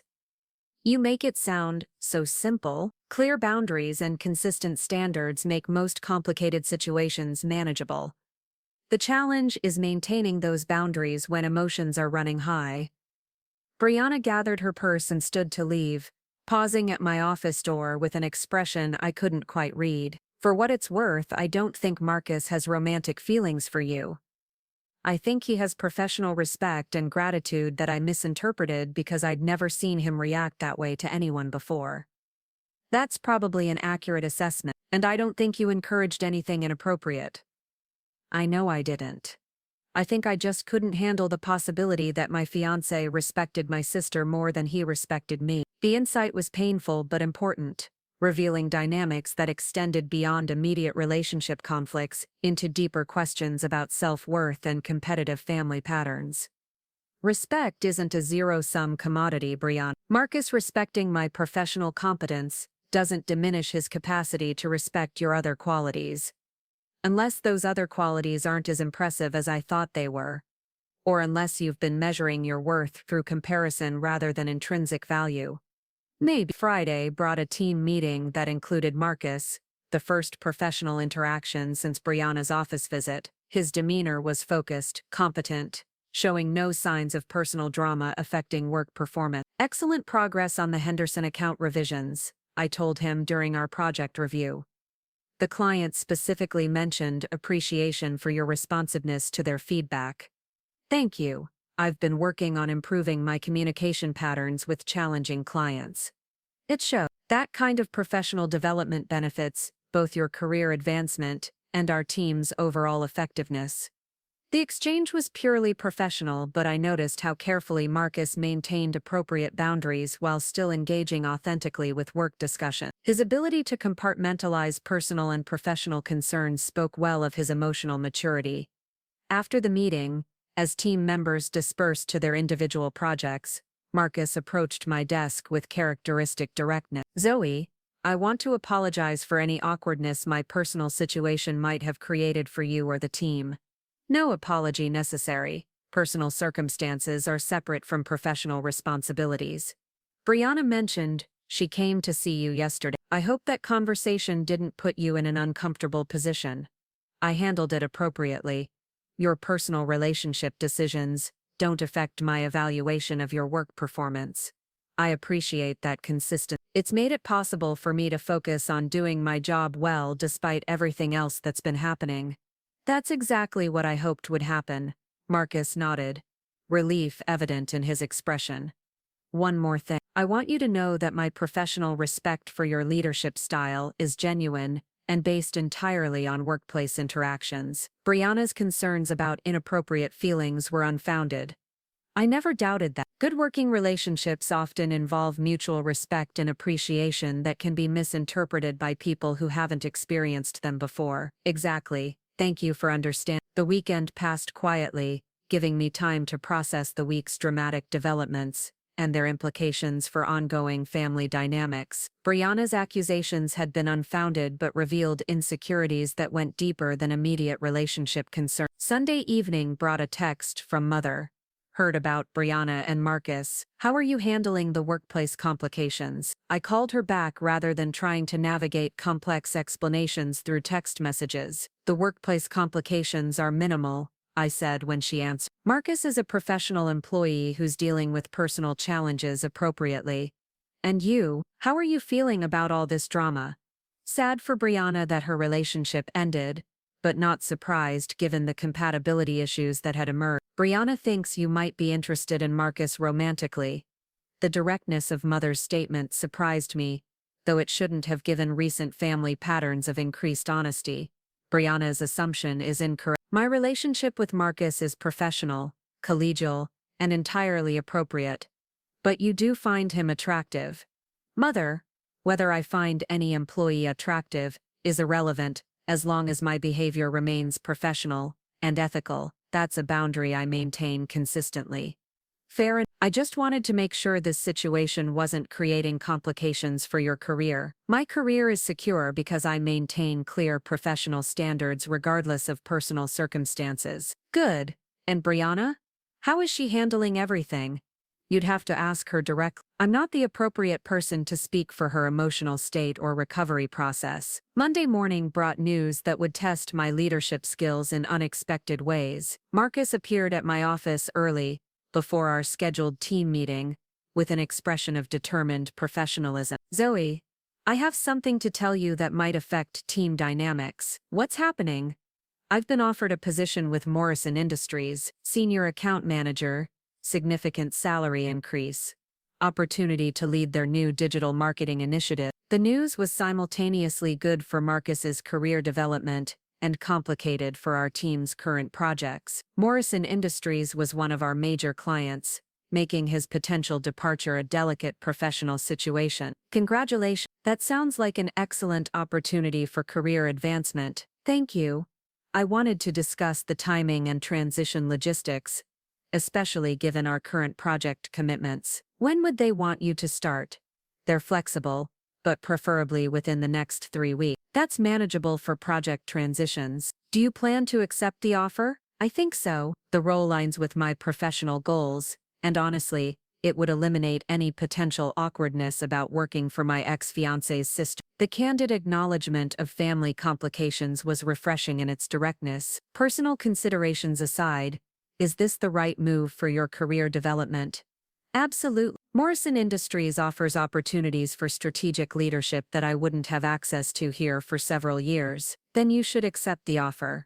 Career advancement should be based on professional opportunities, not personal convenience. You're not concerned about losing a team member during busy project season. I'm always concerned about losing good employees, but I'm more committed to supporting career development than maintaining convenient staffing levels. Thank you for that perspective. It makes the decision much easier. We spent the next hour discussing transition timelines, project handovers, and client communication strategies. Marcus's departure would require careful management to maintain service quality during the transition period. Tuesday brought the formal announcement of Marcus's resignation, along with detailed transition plans that demonstrated his commitment to professional excellence, even during career changes. His approach to departure logistics reinforced my positive assessment of his work ethic and team loyalty. I want to thank you publicly for your leadership development, he said during our final one-on-one meeting.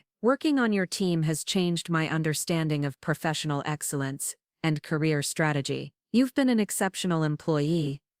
Morrison Industries is fortunate to gain someone with your work ethic and strategic thinking abilities. I hope we can maintain professional connections even after I leave. Professional relationships often outlast specific workplace affiliation. I'd be happy to serve as a reference for future opportunities. The conversation concluded with mutual respect and genuine appreciation for shared professional experience. Despite family complications and personal drama, our working relationship had remained consistently productive and appropriately bounded. Wednesday evening brought an unexpected dinner invitation from Father, who suggested meeting at the same Italian restaurant where we'd had our breakthrough conversation weeks earlier. I wanted to check in about how you're handling all the recent family turbulence, he said over our appetizer. Which specific turbulence are you referring to? Brianna's breakup, Marcus leaving your company, the accusations about inappropriate workplace relationships. It seems like a lot of stress for one person to manage. The stress has been manageable because I've maintained clear boundaries between professional responsibilities and personal complications. You're remarkably calm about everything.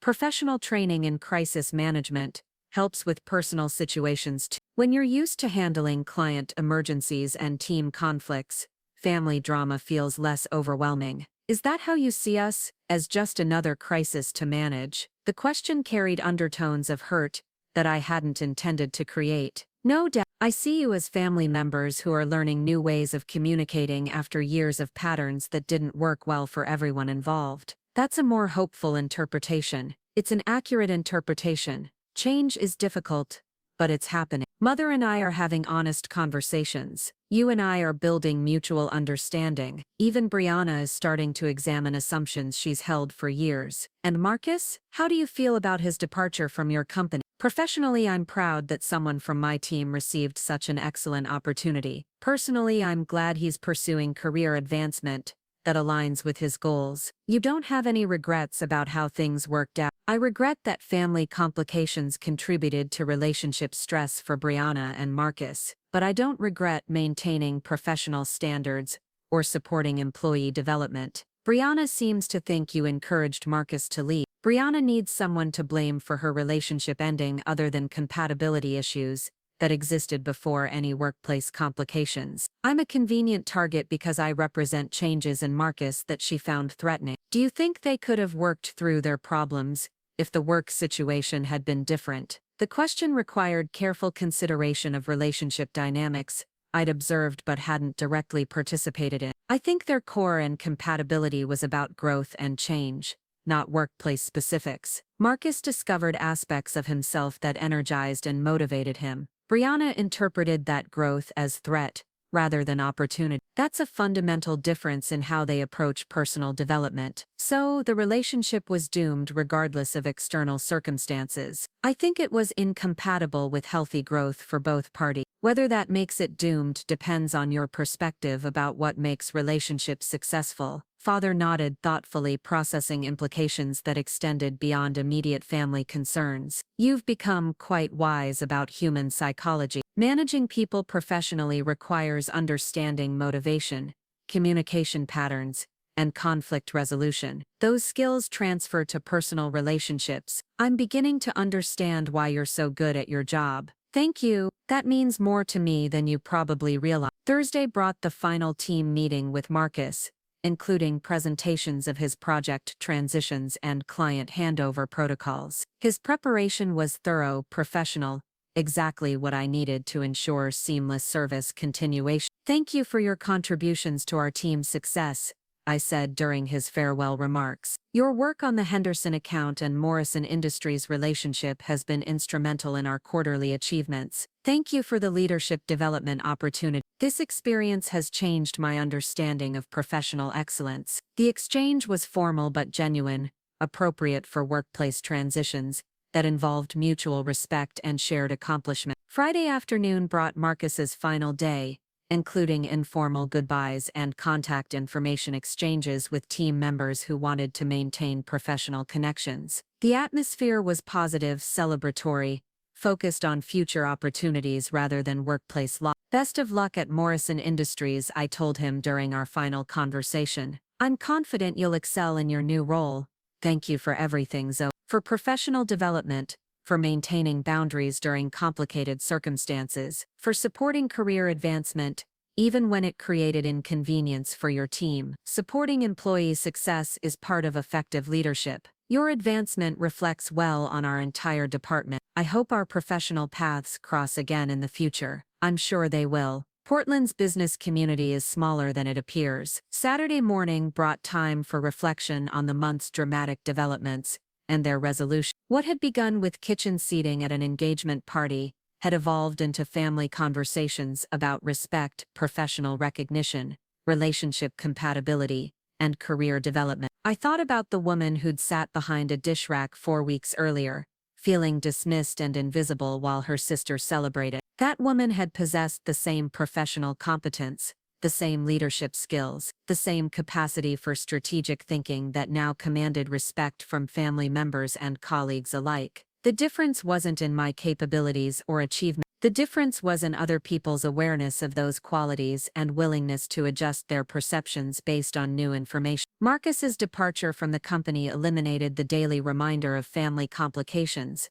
but it also represented something larger about growth, change, and the courage to pursue opportunities that aligned with authentic aspiration. Sunday evening brought a call from Brianna, her voice carrying a different quality than I'd heard in recent conversations. Zoe, I wanted to thank you for something. What's that? For handling everything with Marcus professionally. For not taking advantage of workplace power dynamics to create problems for him because of our family issues. I told you I would maintain professional standards regardless of personal complications. I know, but I didn't entirely believe you would follow through. I thought emotion or family loyalty might affect your judgment. Professional integrity isn't conditional on personal convenience. I'm beginning to understand that about you. And I'm beginning to understand why Marcus respected your leadership so much. Good leadership earns respect through consistency and fairness, not through personal relationships or favoritism. I think I confused those concepts because I'd never experienced professional leadership before. My work environment is much more casual, more personality-driven than policy-driven. Different workplace cultures require different skills. Neither approach is inherently superior. Maybe not, but I can see now why Marcus was energized by your management style. He thrives in structured environments with clear expectations and growth opportunities. And you prefer more flexible relationship-based work cultures? Exactly, which explains part of our compatibility problem. We were looking for different things from our professional lives, and those differences affected our personal dynamic too. The insight demonstrated significant self-awareness and emotional maturity. Understanding those differences is important for future relationship decisions. It is. And Zoe, I owe you another apology. For the accusations about inappropriate workplace relationships. I know now that my concerns were based on insecurity rather than evidence. I appreciate the apology. Misunderstandings happen when people are dealing with relationship stress. They did, but that doesn't excuse the unfairness of my assumptions. No, but recognizing the unfairness is the first step toward different behavior in future situations. Thank you for not holding it against me, for still being willing to work on our sisterly relationship despite my mistake. Family relationships are worth preserving when everyone involved is committed to growth and change. I am committed to understanding your world better, to appreciating your achievements, to building a relationship based on who we actually are rather than who I thought we should be. The conversation continued for another hour, covering topics we'd never discussed openly: career goals, relationship patterns, family dynamics that had shaped our individual development. It felt like discovering that we actually liked each other as people, not just loved each other from genetic obligation. Monday morning brought the beginning of a new phase in both professional and personal life. Marcus's replacement wouldn't start for another 2 weeks, giving me time to redistribute project responsibilities and adjust team dynamics. The experience of managing family complications while maintaining professional standards had strengthened my confidence in leadership ability. Complex situations requiring diplomatic navigation were exactly the kind of challenges that prepared executives for senior-level responsibility. More importantly, the month's events had clarified family relationships in ways that created foundation for genuine connection rather than obligatory interaction. Recognition of my professional competence had changed how family members perceived my life choices. But the deeper change was in communication patterns that allowed for honest dialogue about differences and similarity. I thought about the engagement party that had started everything. About sitting alone in a kitchen while my sister celebrated with people who'd dismissed me as socially dysfunctional. The woman who'd endured that humiliation had possessed exactly the same worth, the same capabilities, the same value as the executive who now commanded respect from colleagues and family members alike. Recognition didn't change my inherent worth. It simply made that worth visible to people who'd been looking in the wrong direction.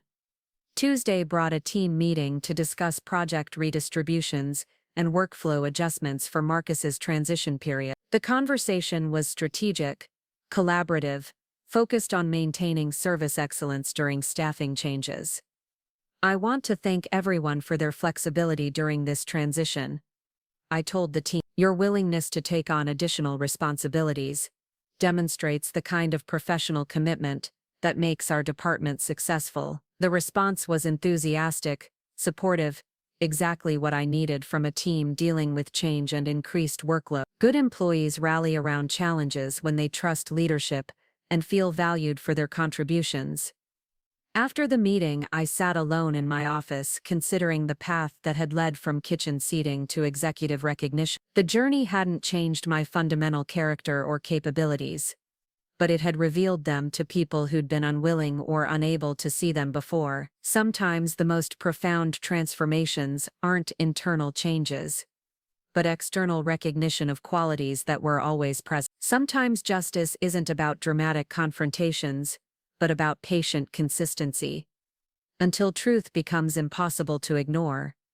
And sometimes the best revenge is simply being so authentically successful that people have no choice but to acknowledge what they'd previously dismissed or denied. I opened my laptop and began reviewing next quarter's strategic initiatives, ready to continue building the career that had always been worth celebrating, regardless of who was watching or applauding from the sideline. 3 months later, Northwest Digital Solutions announced its largest client acquisition in company history. The account came through Morrison Industries, specifically through Marcus's recommendation of our services, based on his previous experience with my team's capability. The irony wasn't lost on me that the man who'd once found me relegated to kitchen seating was now actively promoting my professional expertise to generate millions in new business. The Morrison Industries contract required expanding my department by 12 positions, including 2 senior manager roles that reported directly to me. The growth represented everything I'd worked toward during 8 years of strategic career building: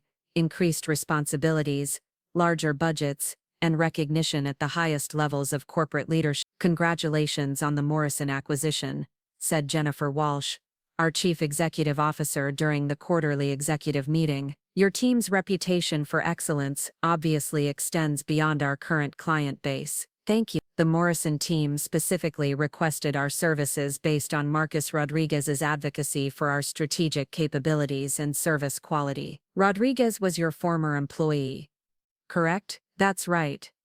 He left us 3 months ago for a senior position at Morrison Industries. Excellent alumni network development. That kind of professional relationship building is exactly what drives sustainable business growth. The recognition felt validating in ways that extended beyond immediate career satisfaction. Building a professional reputation that generated referrals and recommendations required years of consistent excellence and relationship management. The fact that those efforts were now producing measurable business results vindicated every late night and weekend commitment that my family had once criticized as excessive. After the meeting, I called Marcus to thank him for the referral and congratulate him on his strategic thinking in recommending our services for Morrison's digital marketing overhaul. It was an easy recommendation, he said. Your team's work quality speaks for itself, and I knew you'd handle their complex requirements better than any other agency in Portland. I appreciate the confidence. How are you enjoying the senior manager role? It's exactly what I hoped it would be. Strategic planning, team leadership, client relationship management at the highest levels. Everything I learned working for you has been directly applicable to my new responsibilities. That's wonderful to hear. Professional development should always transfer to new opportunities. Speaking of professional development, I wanted to ask if you'd be willing to serve as a keynote speaker for Morrison's annual leadership conference next month. They're looking for experts in team management and strategic thinking. The invitation represented the kind of industry recognition that typically took years to achieve. Speaking at major corporate conferences established thought leadership and created networking opportunities that could influence career trajectory for decades. I'd be honored to participate. What's the conference theme? Innovative leadership in digital transformation. Your experience building high-performance teams and managing complex client relationships fits perfectly with their focus areas. Send me the details and I'll confirm my participation. The conversation concluded with mutual expressions of professional respect and appreciation for continued collaboration despite no longer working for the same company. Marcus had become exactly the kind of professional contact that made Portland's business community feel interconnected and supportive. That evening, I called Mother to share news about the Morrison Industries contract and speaking opportunity. Her response surprised me with its genuine enthusiasm and detailed questions about the business implications. 12 new positions? That's like building an entirely new department. It's significant growth that will require careful planning and strategic hiring to maintain service quality while expanding capacity. How do you manage that kind of scaling without losing the team culture that made you successful in the first place? The question demonstrated sophisticated understanding of organizational psychology that I hadn't expected from someone outside the business world. You scale culture through systematic hiring, consistent training, clear communication of values and expectations, and maintaining the leadership practices that created success in the first place. That sounds complicated. It is complicated, but it's also energized. Building something sustainable and excellent requires solving complex problems and balancing multiple priorities simultaneously. I can hear the excitement in your voice when you talk about work challenges, because I love what I do, Mother. Every aspect of it, from strategic planning to people development to client relationship management. This isn't just a job. It's the career I've built deliberately over 8 years of focused effort. I think I'm finally beginning to understand what drove your choices all these years. What do you mean? You weren't choosing work over family because you didn't value relationships. You were choosing work that fulfilled you over family obligations that felt empty or conditional. The insight was accurate and emotionally intelligent, representing significant growth in Mother's understanding of my motivations and priorities. That's exactly right. I needed work that engaged my capabilities and challenged my thinking. Family gatherings that consisted mainly of social small talk and implicit criticism didn't provide that kind of intellectual stimulation. We made you choose between professional fulfillment and family acceptance. You made my professional success feel like evidence of personal failure rather than achievement worth celebrating, which was profoundly unfair and ultimately counterproductive, but understandable given your own experiences and values. The important thing is that we're learning to appreciate different approaches to building meaningful lives. Speaking of which, your father and I would like to attend your conference presentation if public attendance is possible. The request surprised me with its thoughtfulness and genuine interest in my professional world. I'll check about audience composition and attendance policies. It would mean a lot to me to have family support at such an important career milestone. We want to support your achievements, Zoe. We're proud of what you've accomplished and sorry it took us so long to recognize its significance. The conversation continued for another hour, covering conference preparation strategies and the challenges of public speaking at executive level. Mother asked insightful questions about audience expectations and message development that demonstrated genuine curiosity about my professional expertise. Friday brought the first of several interviews for the new senior manager positions created by the Morrison Industries expansion. The caliber of candidates was impressive, reflecting Northwest Digital Solutions' growing reputation as an innovative employer that attracted top talent. The first candidate, Diana Chen, possessed exactly the combination of strategic thinking and team leadership experience I needed for complex client management. What draws you to this position specifically? I asked during our interview. Your department's reputation for excellence and employee development. I've heard from several industry contacts that working for your team provides unparalleled opportunities for professional growth and leadership skill development. What specific aspects of leadership development are you most interested in pursuing? Strategic planning for large-scale campaigns, crisis management protocols, and advanced client relationship techniques. I want to build expertise that qualifies me for VP-level responsibilities within the next 5 years. The ambition was refreshing and aligned perfectly with my approach to management. Good employees should view their current roles as stepping stones to greater responsibilities, rather than permanent positions. Excellent. Career advancement requires strategic thinking about skill development and experience acquisition. I'm committed to helping team members achieve their professional goals. The interview continued for over an hour, covering everything from campaign strategy to team dynamics, to ethical decision-making in complex client situations. Diana's responses demonstrated exactly the kind of sophisticated thinking that would strengthen our department's capability. By the end of the week, I'd interviewed 8 candidates for the 2 senior manager positions, each bringing unique strengths and experiences that would enhance our team's collective expertise. The selection process required careful consideration of not just individual qualifications, but team chemistry and long-term development potential. Saturday morning brought an unexpected coffee invitation from Brianna, who suggested meeting at a new cafe downtown that she'd heard excellent reviews about. The location choice felt intentionally neutral, designed to facilitate comfortable conversation without the weighted history of our usual meeting places. How are wedding planning adjustments going? I asked after we'd ordered our drinks and settled at a window table overlooking Pioneer Square. Actually, I've decided to postpone the wedding indefinitely. The announcement surprised me despite knowing about her breakup with Marcus months earlier. Are you taking time to process the relationship ending, or have you made a definitive decision about marriage in general? Both, I think. Breaking up with Marcus made me realize I'd been planning a wedding without really considering whether I was ready for marriage itself. That's a significant distinction.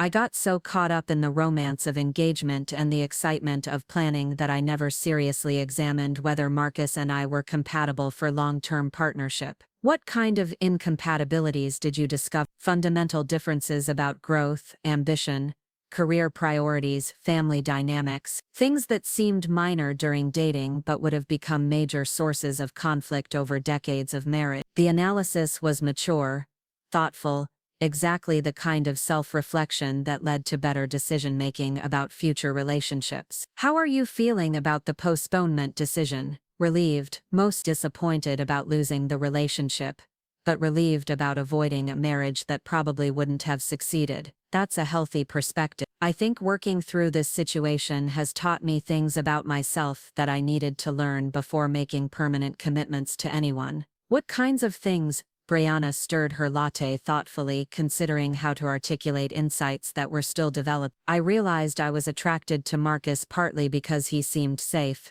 predictable, someone who would fit smoothly into existing family patterns without challenging anyone or anything. And that's problematic because because people who never challenge anything also never grow or change. Marcus working for you showed me aspects of his personality that I'd never seen before, aspects that were more interesting and complex than the safe version I'd fallen in love with. So his professional development actually made him more attractive, not less. Exactly, but it also made him more independent, more confident about his own judgment, less willing to defer to my preferences automatically. I interpreted that growth as threat rather than positive change. Why threat rather than opportunity? Because I'd built my identity around being the partner who made better decisions, who provided guidance and stability. Marcus becoming more competent and self-directed challenged that dynamic. The insight demonstrated remarkable self-awareness about relationship patterns and personal insecurities. What have you learned about what you actually want in a partner? Someone who challenges me to grow while supporting my goals. Someone whose own ambitions and development complement rather than compete with mine. Someone who sees my success as something to celebrate rather than manage. Those are sophisticated relationship criteria. They are, and I never would have developed them without going through this experience with Marcus and watching how you handled the professional complications. How did my handling of the situation affect your thinking?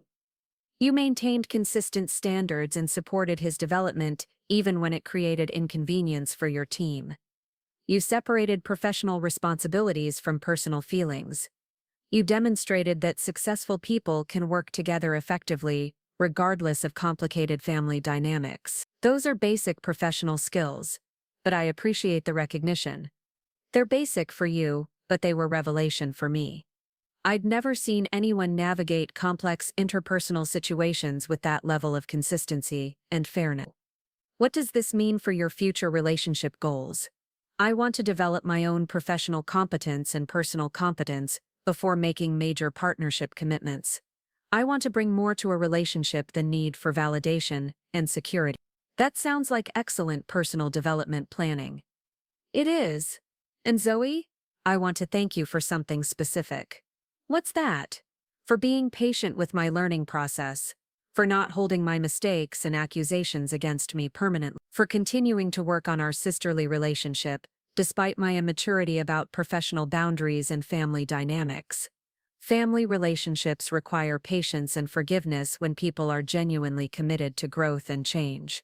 I am committed to understanding your world better, to developing my own competence, to building a relationship based on mutual respect rather than competitive insecurity. The conversation continued for over 2 hours, covering topics that ranged from career development to family dynamics to personal growth strategies.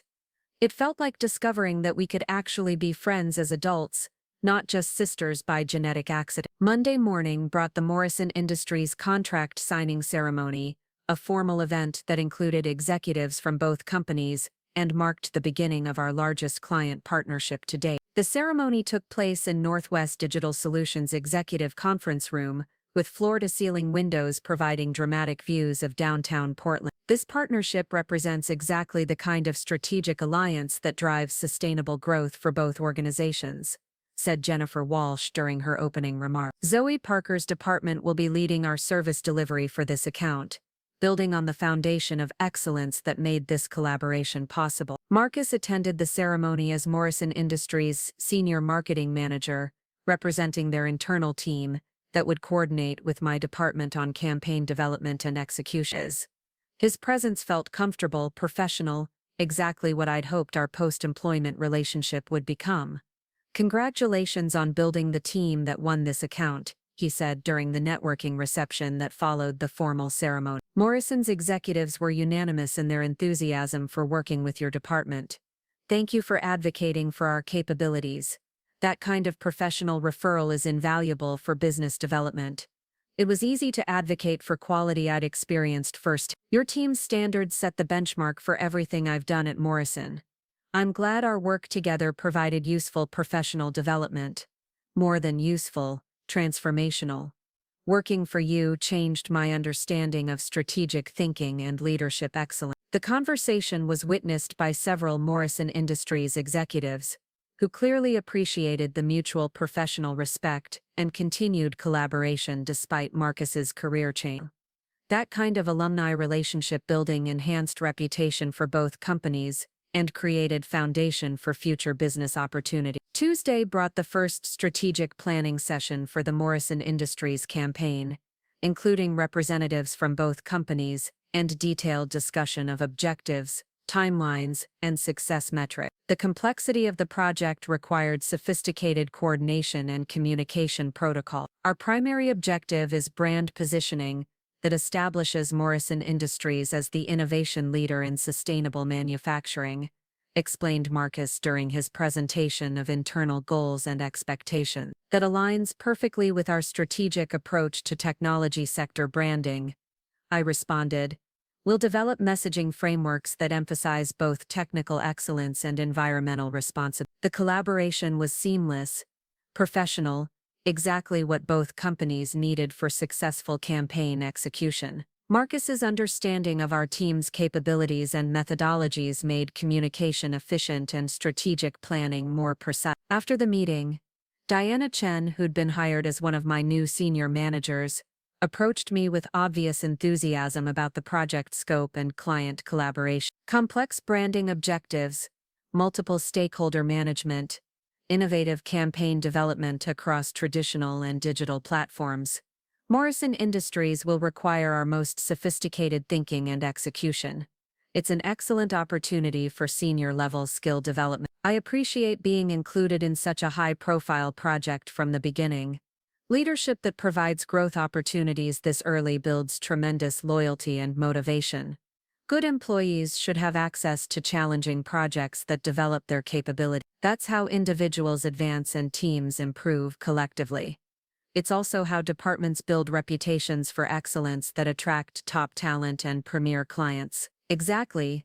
Success builds on itself when managed strategically. The conversation reinforced my confidence in the hiring decisions I'd made for the expanded team. Diana possessed exactly the kind of strategic thinking and professional ambition that would strengthen our department's capabilities for years to come. Wednesday evening brought an unexpected dinner invitation from Father, who suggested celebrating the Morrison Industries contract at a downtown restaurant known for excellent food and business-friendly atmosphere. I want to toast your latest professional achievement, he said, raising his wine glass with genuine pride. Landing the largest client contract in company history is a remarkable accomplishment at any stage of career development. Thank you, Dad. The Morrison partnership represents everything I've worked toward during 8 years of strategic career building. Tell me about the campaign development process. How do you approach branding for such a complex organization? The question led to detailed discussion of strategic planning methodologies, consumer psychology research, and creative development processes that surprised me with Father's genuine interest and sophisticated follow-up questions. I had no idea marketing strategy was so analytical, he said after I'd explained our research and testing protocols. I always thought of it as purely creative work. Modern marketing requires integration of creative thinking with data analysis, strategic planning, consumer psychology, and business development. It's become much more sophisticated than traditional advertising approaches. That explains why you find it so intellectually engaging. Exactly. Every campaign presents unique challenges that require problem-solving, strategic thinking, and creative innovation.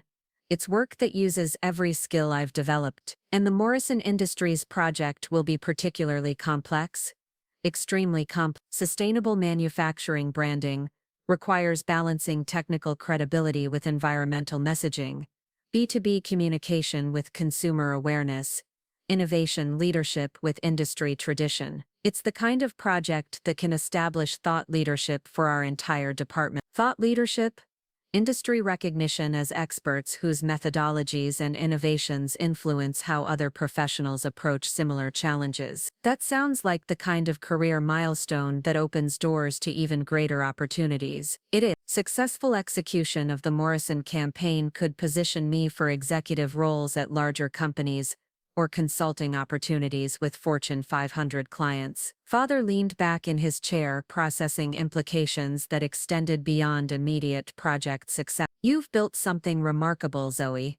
Not just a job, but a career with national significance and unlimited potential for growth. Thank you for recognizing that. Professional recognition from family means more than you probably realize. I'm sorry it took so long for us to understand what you were building.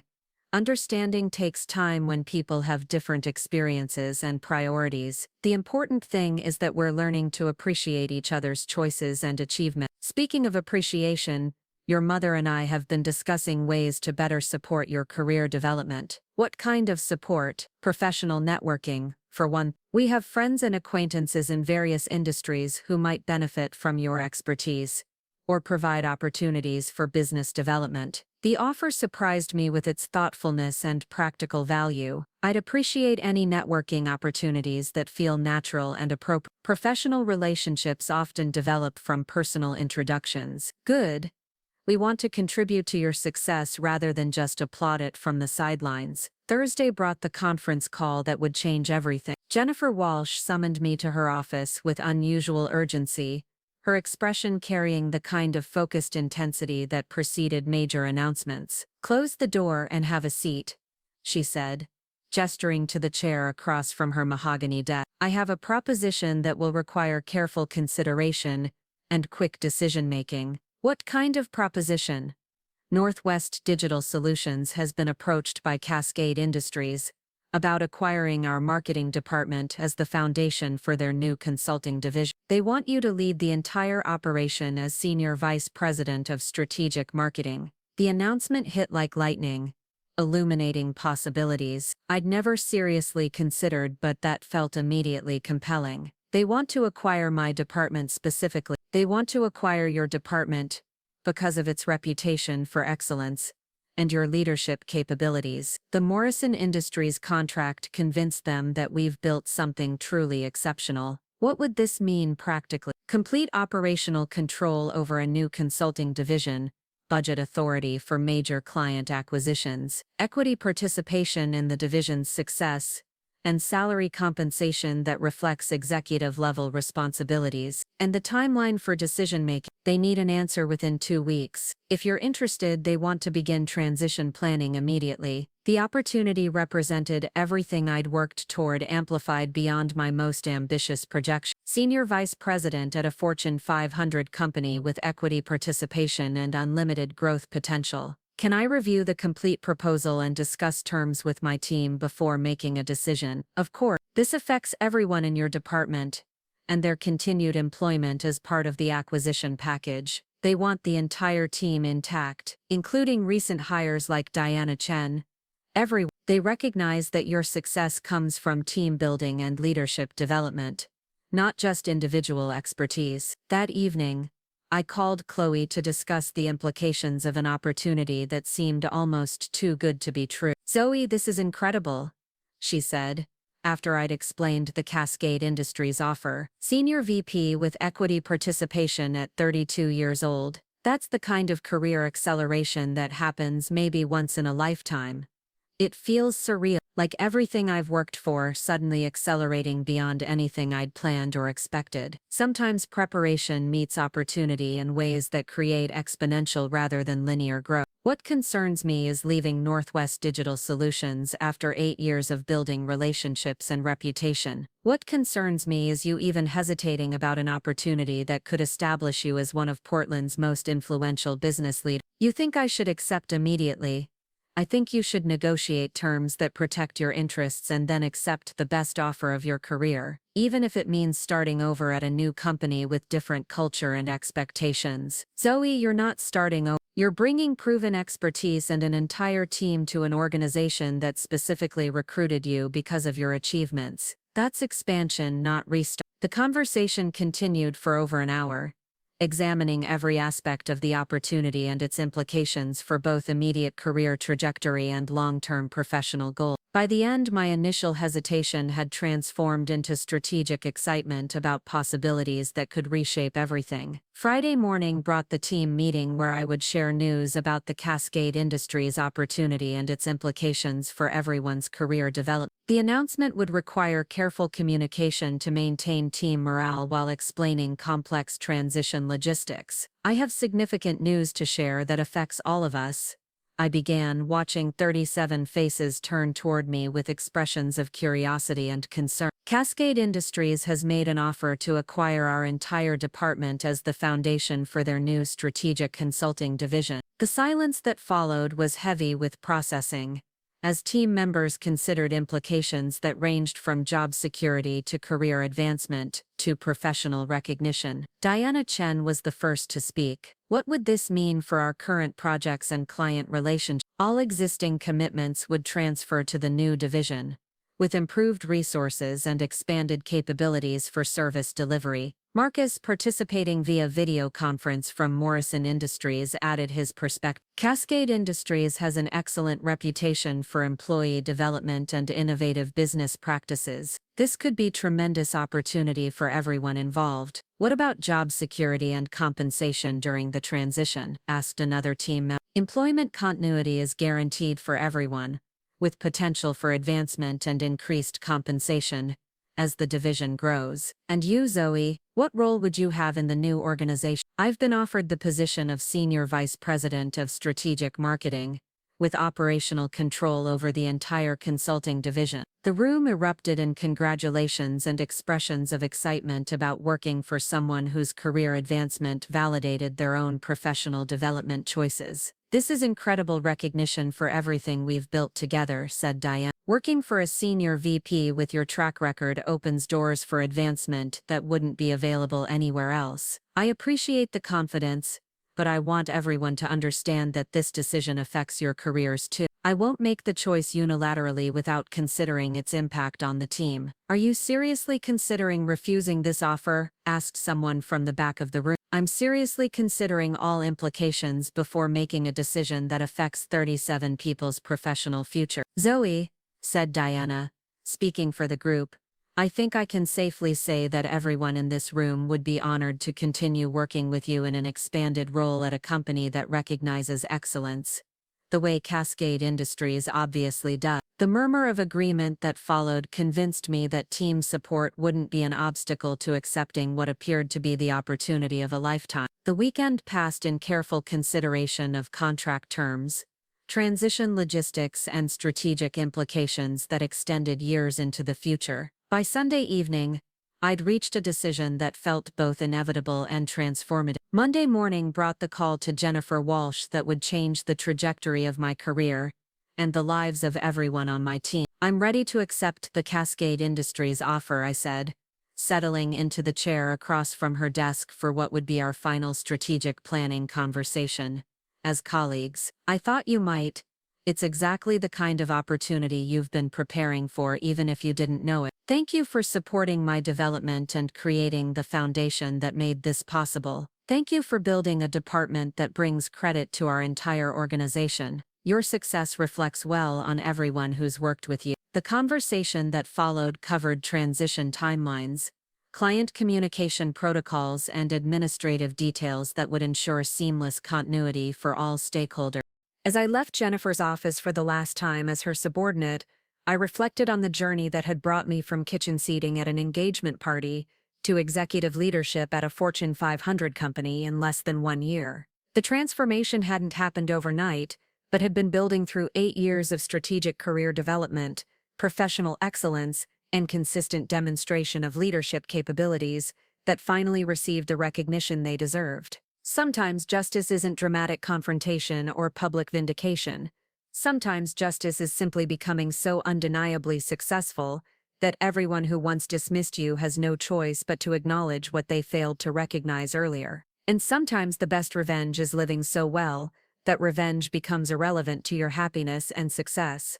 6 months into my role as Senior Vice President at Cascade Industries, I received an invitation that would have seemed impossible a year earlier. The Portland Business Journal was hosting their annual Women in Leadership Awards ceremony, and I'd been nominated in the category of Executive Innovation for building the region's most successful strategic marketing consultancy in record time. The nomination letter sat on my desk between quarterly budget reports and client proposal reviews, its formal language unable to mask the significance of industry recognition at this level. 5 years earlier, I'd been the family member too problematic for public display. Now my professional achievements were being celebrated by the city's most influential business leaders. This is incredible recognition, Diana Chen said when I shared the news during our weekly senior staff meeting. Industry awards at this level establish thought leadership that attracts Fortune 500 clients and top-tier talent. It's also validation for everyone on this team, I replied, looking around the conference table at faces that represented the finest marketing professionals in the Pacific Northwest. Individual recognition reflects collective excellence. Will you attend the ceremony? Asked Thomas Mitchell, my newest senior manager who joined us from a prestigious Seattle firm specifically to work on our innovative client development strategies. Absolutely, professional recognition requires professional presence. And will you invite family members? This seems like the kind of achievement that demands celebration. The question made me pause. A year ago, my family had been systematically excluding me from their celebration. Now I had the opportunity to include them in recognition that validated everything they'd once dismissed as misguided priorities. I think I will invite them. It's time they see what I've been building all these years. That evening, I called Mother with news that would test how much our relationship had actually evolved beyond polite conversation and surface-level appreciation. I've been nominated for a significant industry award, I said after exchanging pleasantries about weather and weekend plans. The Portland Business Journal's Women in Leadership Recognition for Executive Innovation. Zoe, that's wonderful news. What does the nomination mean exactly? It means the business community recognizes my work in building Cascade Industries' consulting division as innovative leadership that's influencing how strategic marketing is practiced throughout the region. That sounds extraordinarily prestigious. The ceremony includes the most influential business leaders in Portland, major corporate sponsors, and extensive media coverage. It's exactly the kind of professional milestone I've worked toward for years. We're so proud of you. Your father is going to be thrilled when I tell him. Actually, I was wondering if you and Dad would like to attend the ceremony with me. I can arrange tickets for family members. The silence that followed stretched long enough for me to wonder if the call had dropped. You want us to attend your awards ceremony? Mother asked finally. I want you to see me receive recognition for achievements you never fully understood before. I want you to witness the respect and professional relationships I've built through work you once considered evidence of social dysfunction. Zoe, we would be honored to attend. Absolutely honored. Good. I'll arrange tickets and send you details about timing and dress code. It's a formal business event, so professional attire is expected. Of course, we'll make sure we represent you appropriately. The conversation continued for another 20 minutes, with Mother asking detailed questions about the nomination process, award criteria, and ceremony logistics. Her genuine interest and excitement felt like validation of growth in our relationship that extended beyond obligatory family politeness. 2 weeks later, I stood before my bedroom mirror adjusting the sapphire necklace that had belonged to my grandmother, preparing for an evening that would showcase everything I'd achieved despite years of family doubt and professional obstacles. The black silk dress I'd chosen struck the perfect balance between elegant femininity and executive authority, paired with heels that added height without sacrificing comfort for a long evening of networking and celebration. My phone buzzed with a text from Brianna. Saw the Business Journal feature about your nomination. So proud to be your sister. You look absolutely stunning in the photo. The message surprised me with its warmth and genuine enthusiasm. Brianna had spent the past year developing her own professional confidence through a marketing coordinator position at a growing nonprofit, work that gave her firsthand appreciation for strategic thinking and campaign development. Another text appeared, this time from Marcus. Congratulations on the nomination. Morrison Industries is proud to have our consulting relationship featured in the article about your innovative client development approaches. The professional congratulations felt gratifying in ways that personal praise couldn't match. Marcus had become exactly the kind of industry colleague whose respect enhanced reputation and created opportunities for future collaboration. The awards ceremony took place at the Portland Art Museum, its elegant galleries transformed into networking spaces where the city's most influential business leaders gathered to celebrate professional excellence and industry innovation. Mother and father arrived precisely on time, dressed in formal attire that demonstrated their commitment to representing our family appropriately at such a significant event. Mother wore a navy dress with pearl accessories that suggested refined professionalism, while father had chosen a classic black suit that conveyed respect for the occasion's importance. "This is quite an impressive gathering," father said, surveying the crowd of executives, entrepreneurs, and civic leaders who represented Portland's business elite. "These are the people who drive economic development and innovation throughout the region," I explained. "Tonight is about recognizing leadership that creates jobs, builds companies, and establishes Portland as a destination for top talent. And you're being honored as one of those leaders. The nomination recognizes work I've done building Cascade Industries' consulting division. But success like this reflects contributions from entire teams and collaborative partnership." As we made our way through the cocktail reception, I introduced my parents to colleagues, clients, and industry leaders who represented years of professional relationship building. Their responses revealed how extensively my reputation had developed within Portland's business community. "Your daughter has revolutionized how we think about integrated marketing strategy," said Rebecca Morrison, CEO of Morrison Industries. "The campaigns her team develops consistently exceed performance benchmarks and establish new standards for creative excellence. She's built one of the most sought-after consulting practices in the Pacific Northwest," added David Cascade, founder of Cascade Industries. "Fortune 500 companies specifically request her team because of their innovative approaches and exceptional results. We're incredibly proud of what she's accomplished," Mother replied, her voice carrying genuine warmth and maternal pride.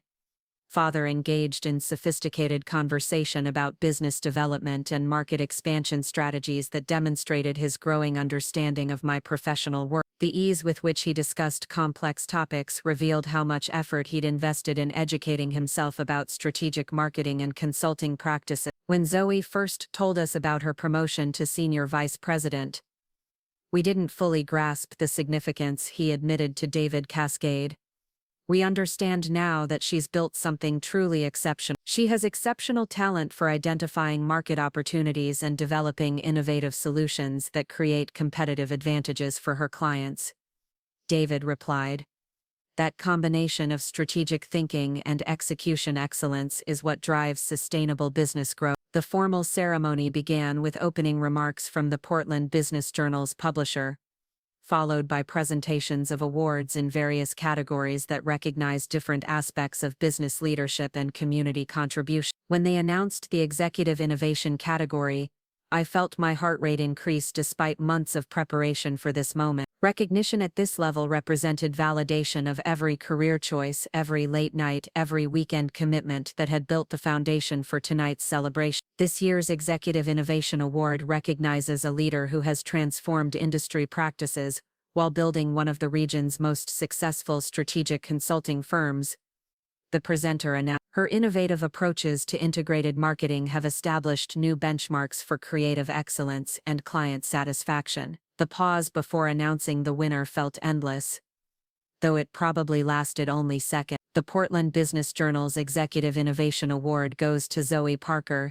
Senior Vice President of Strategic Marketing at Cascade Industries. The applause that followed seemed to echo from every corner of the museum, creating a wave of sound that felt like vindication of everything I'd worked to achieve. As I made my way to the stage, I caught sight of my parents in the audience, both beaming with pride that transformed their faces with joy I'd rarely seen directed toward my accomplishment. "Thank you for this incredible honor," I said, accepting the Crystal Award that would occupy a place of pride in my office for years to come. This recognition reflects not just individual achievement, but the collective excellence of teams who commit themselves to innovation and strategic thinking. The acceptance speech I'd prepared emphasized collaboration, mentorship, and the importance of creating opportunities for others to develop their own leadership capability. It lasted 3 minutes, and received enthusiastic applause from an audience that understood the significance of building sustainable success through people development. After the ceremony,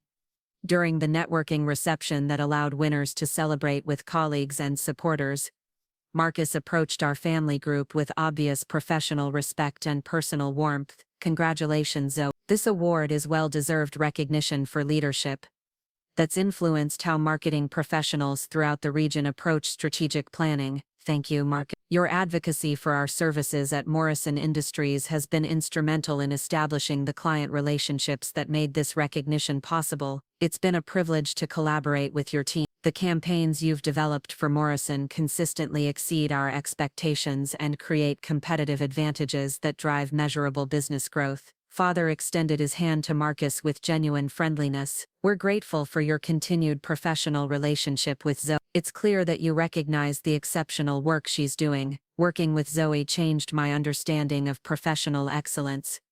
Marcus replied, she's taught me more about strategic thinking and leadership development than any other mentor in my career. The conversation continued for several minutes, covering industry trends, business development strategies, and the collaborative approaches that had made both our careers more successful than either could have achieved independently. As the evening wound down, my family and I gathered our belongings and prepared to leave the museum, walking through galleries filled with artwork that seemed to glow with reflected celebration of the night's achievement. This has been one of the most remarkable evenings of my life, Mother said as we waited for the valet to retrieve our car. Watching you receive recognition from such distinguished business leaders, seeing the respect and admiration your colleagues have for your work, understanding finally what you've built over all these years, it means everything to me that you were here to witness this.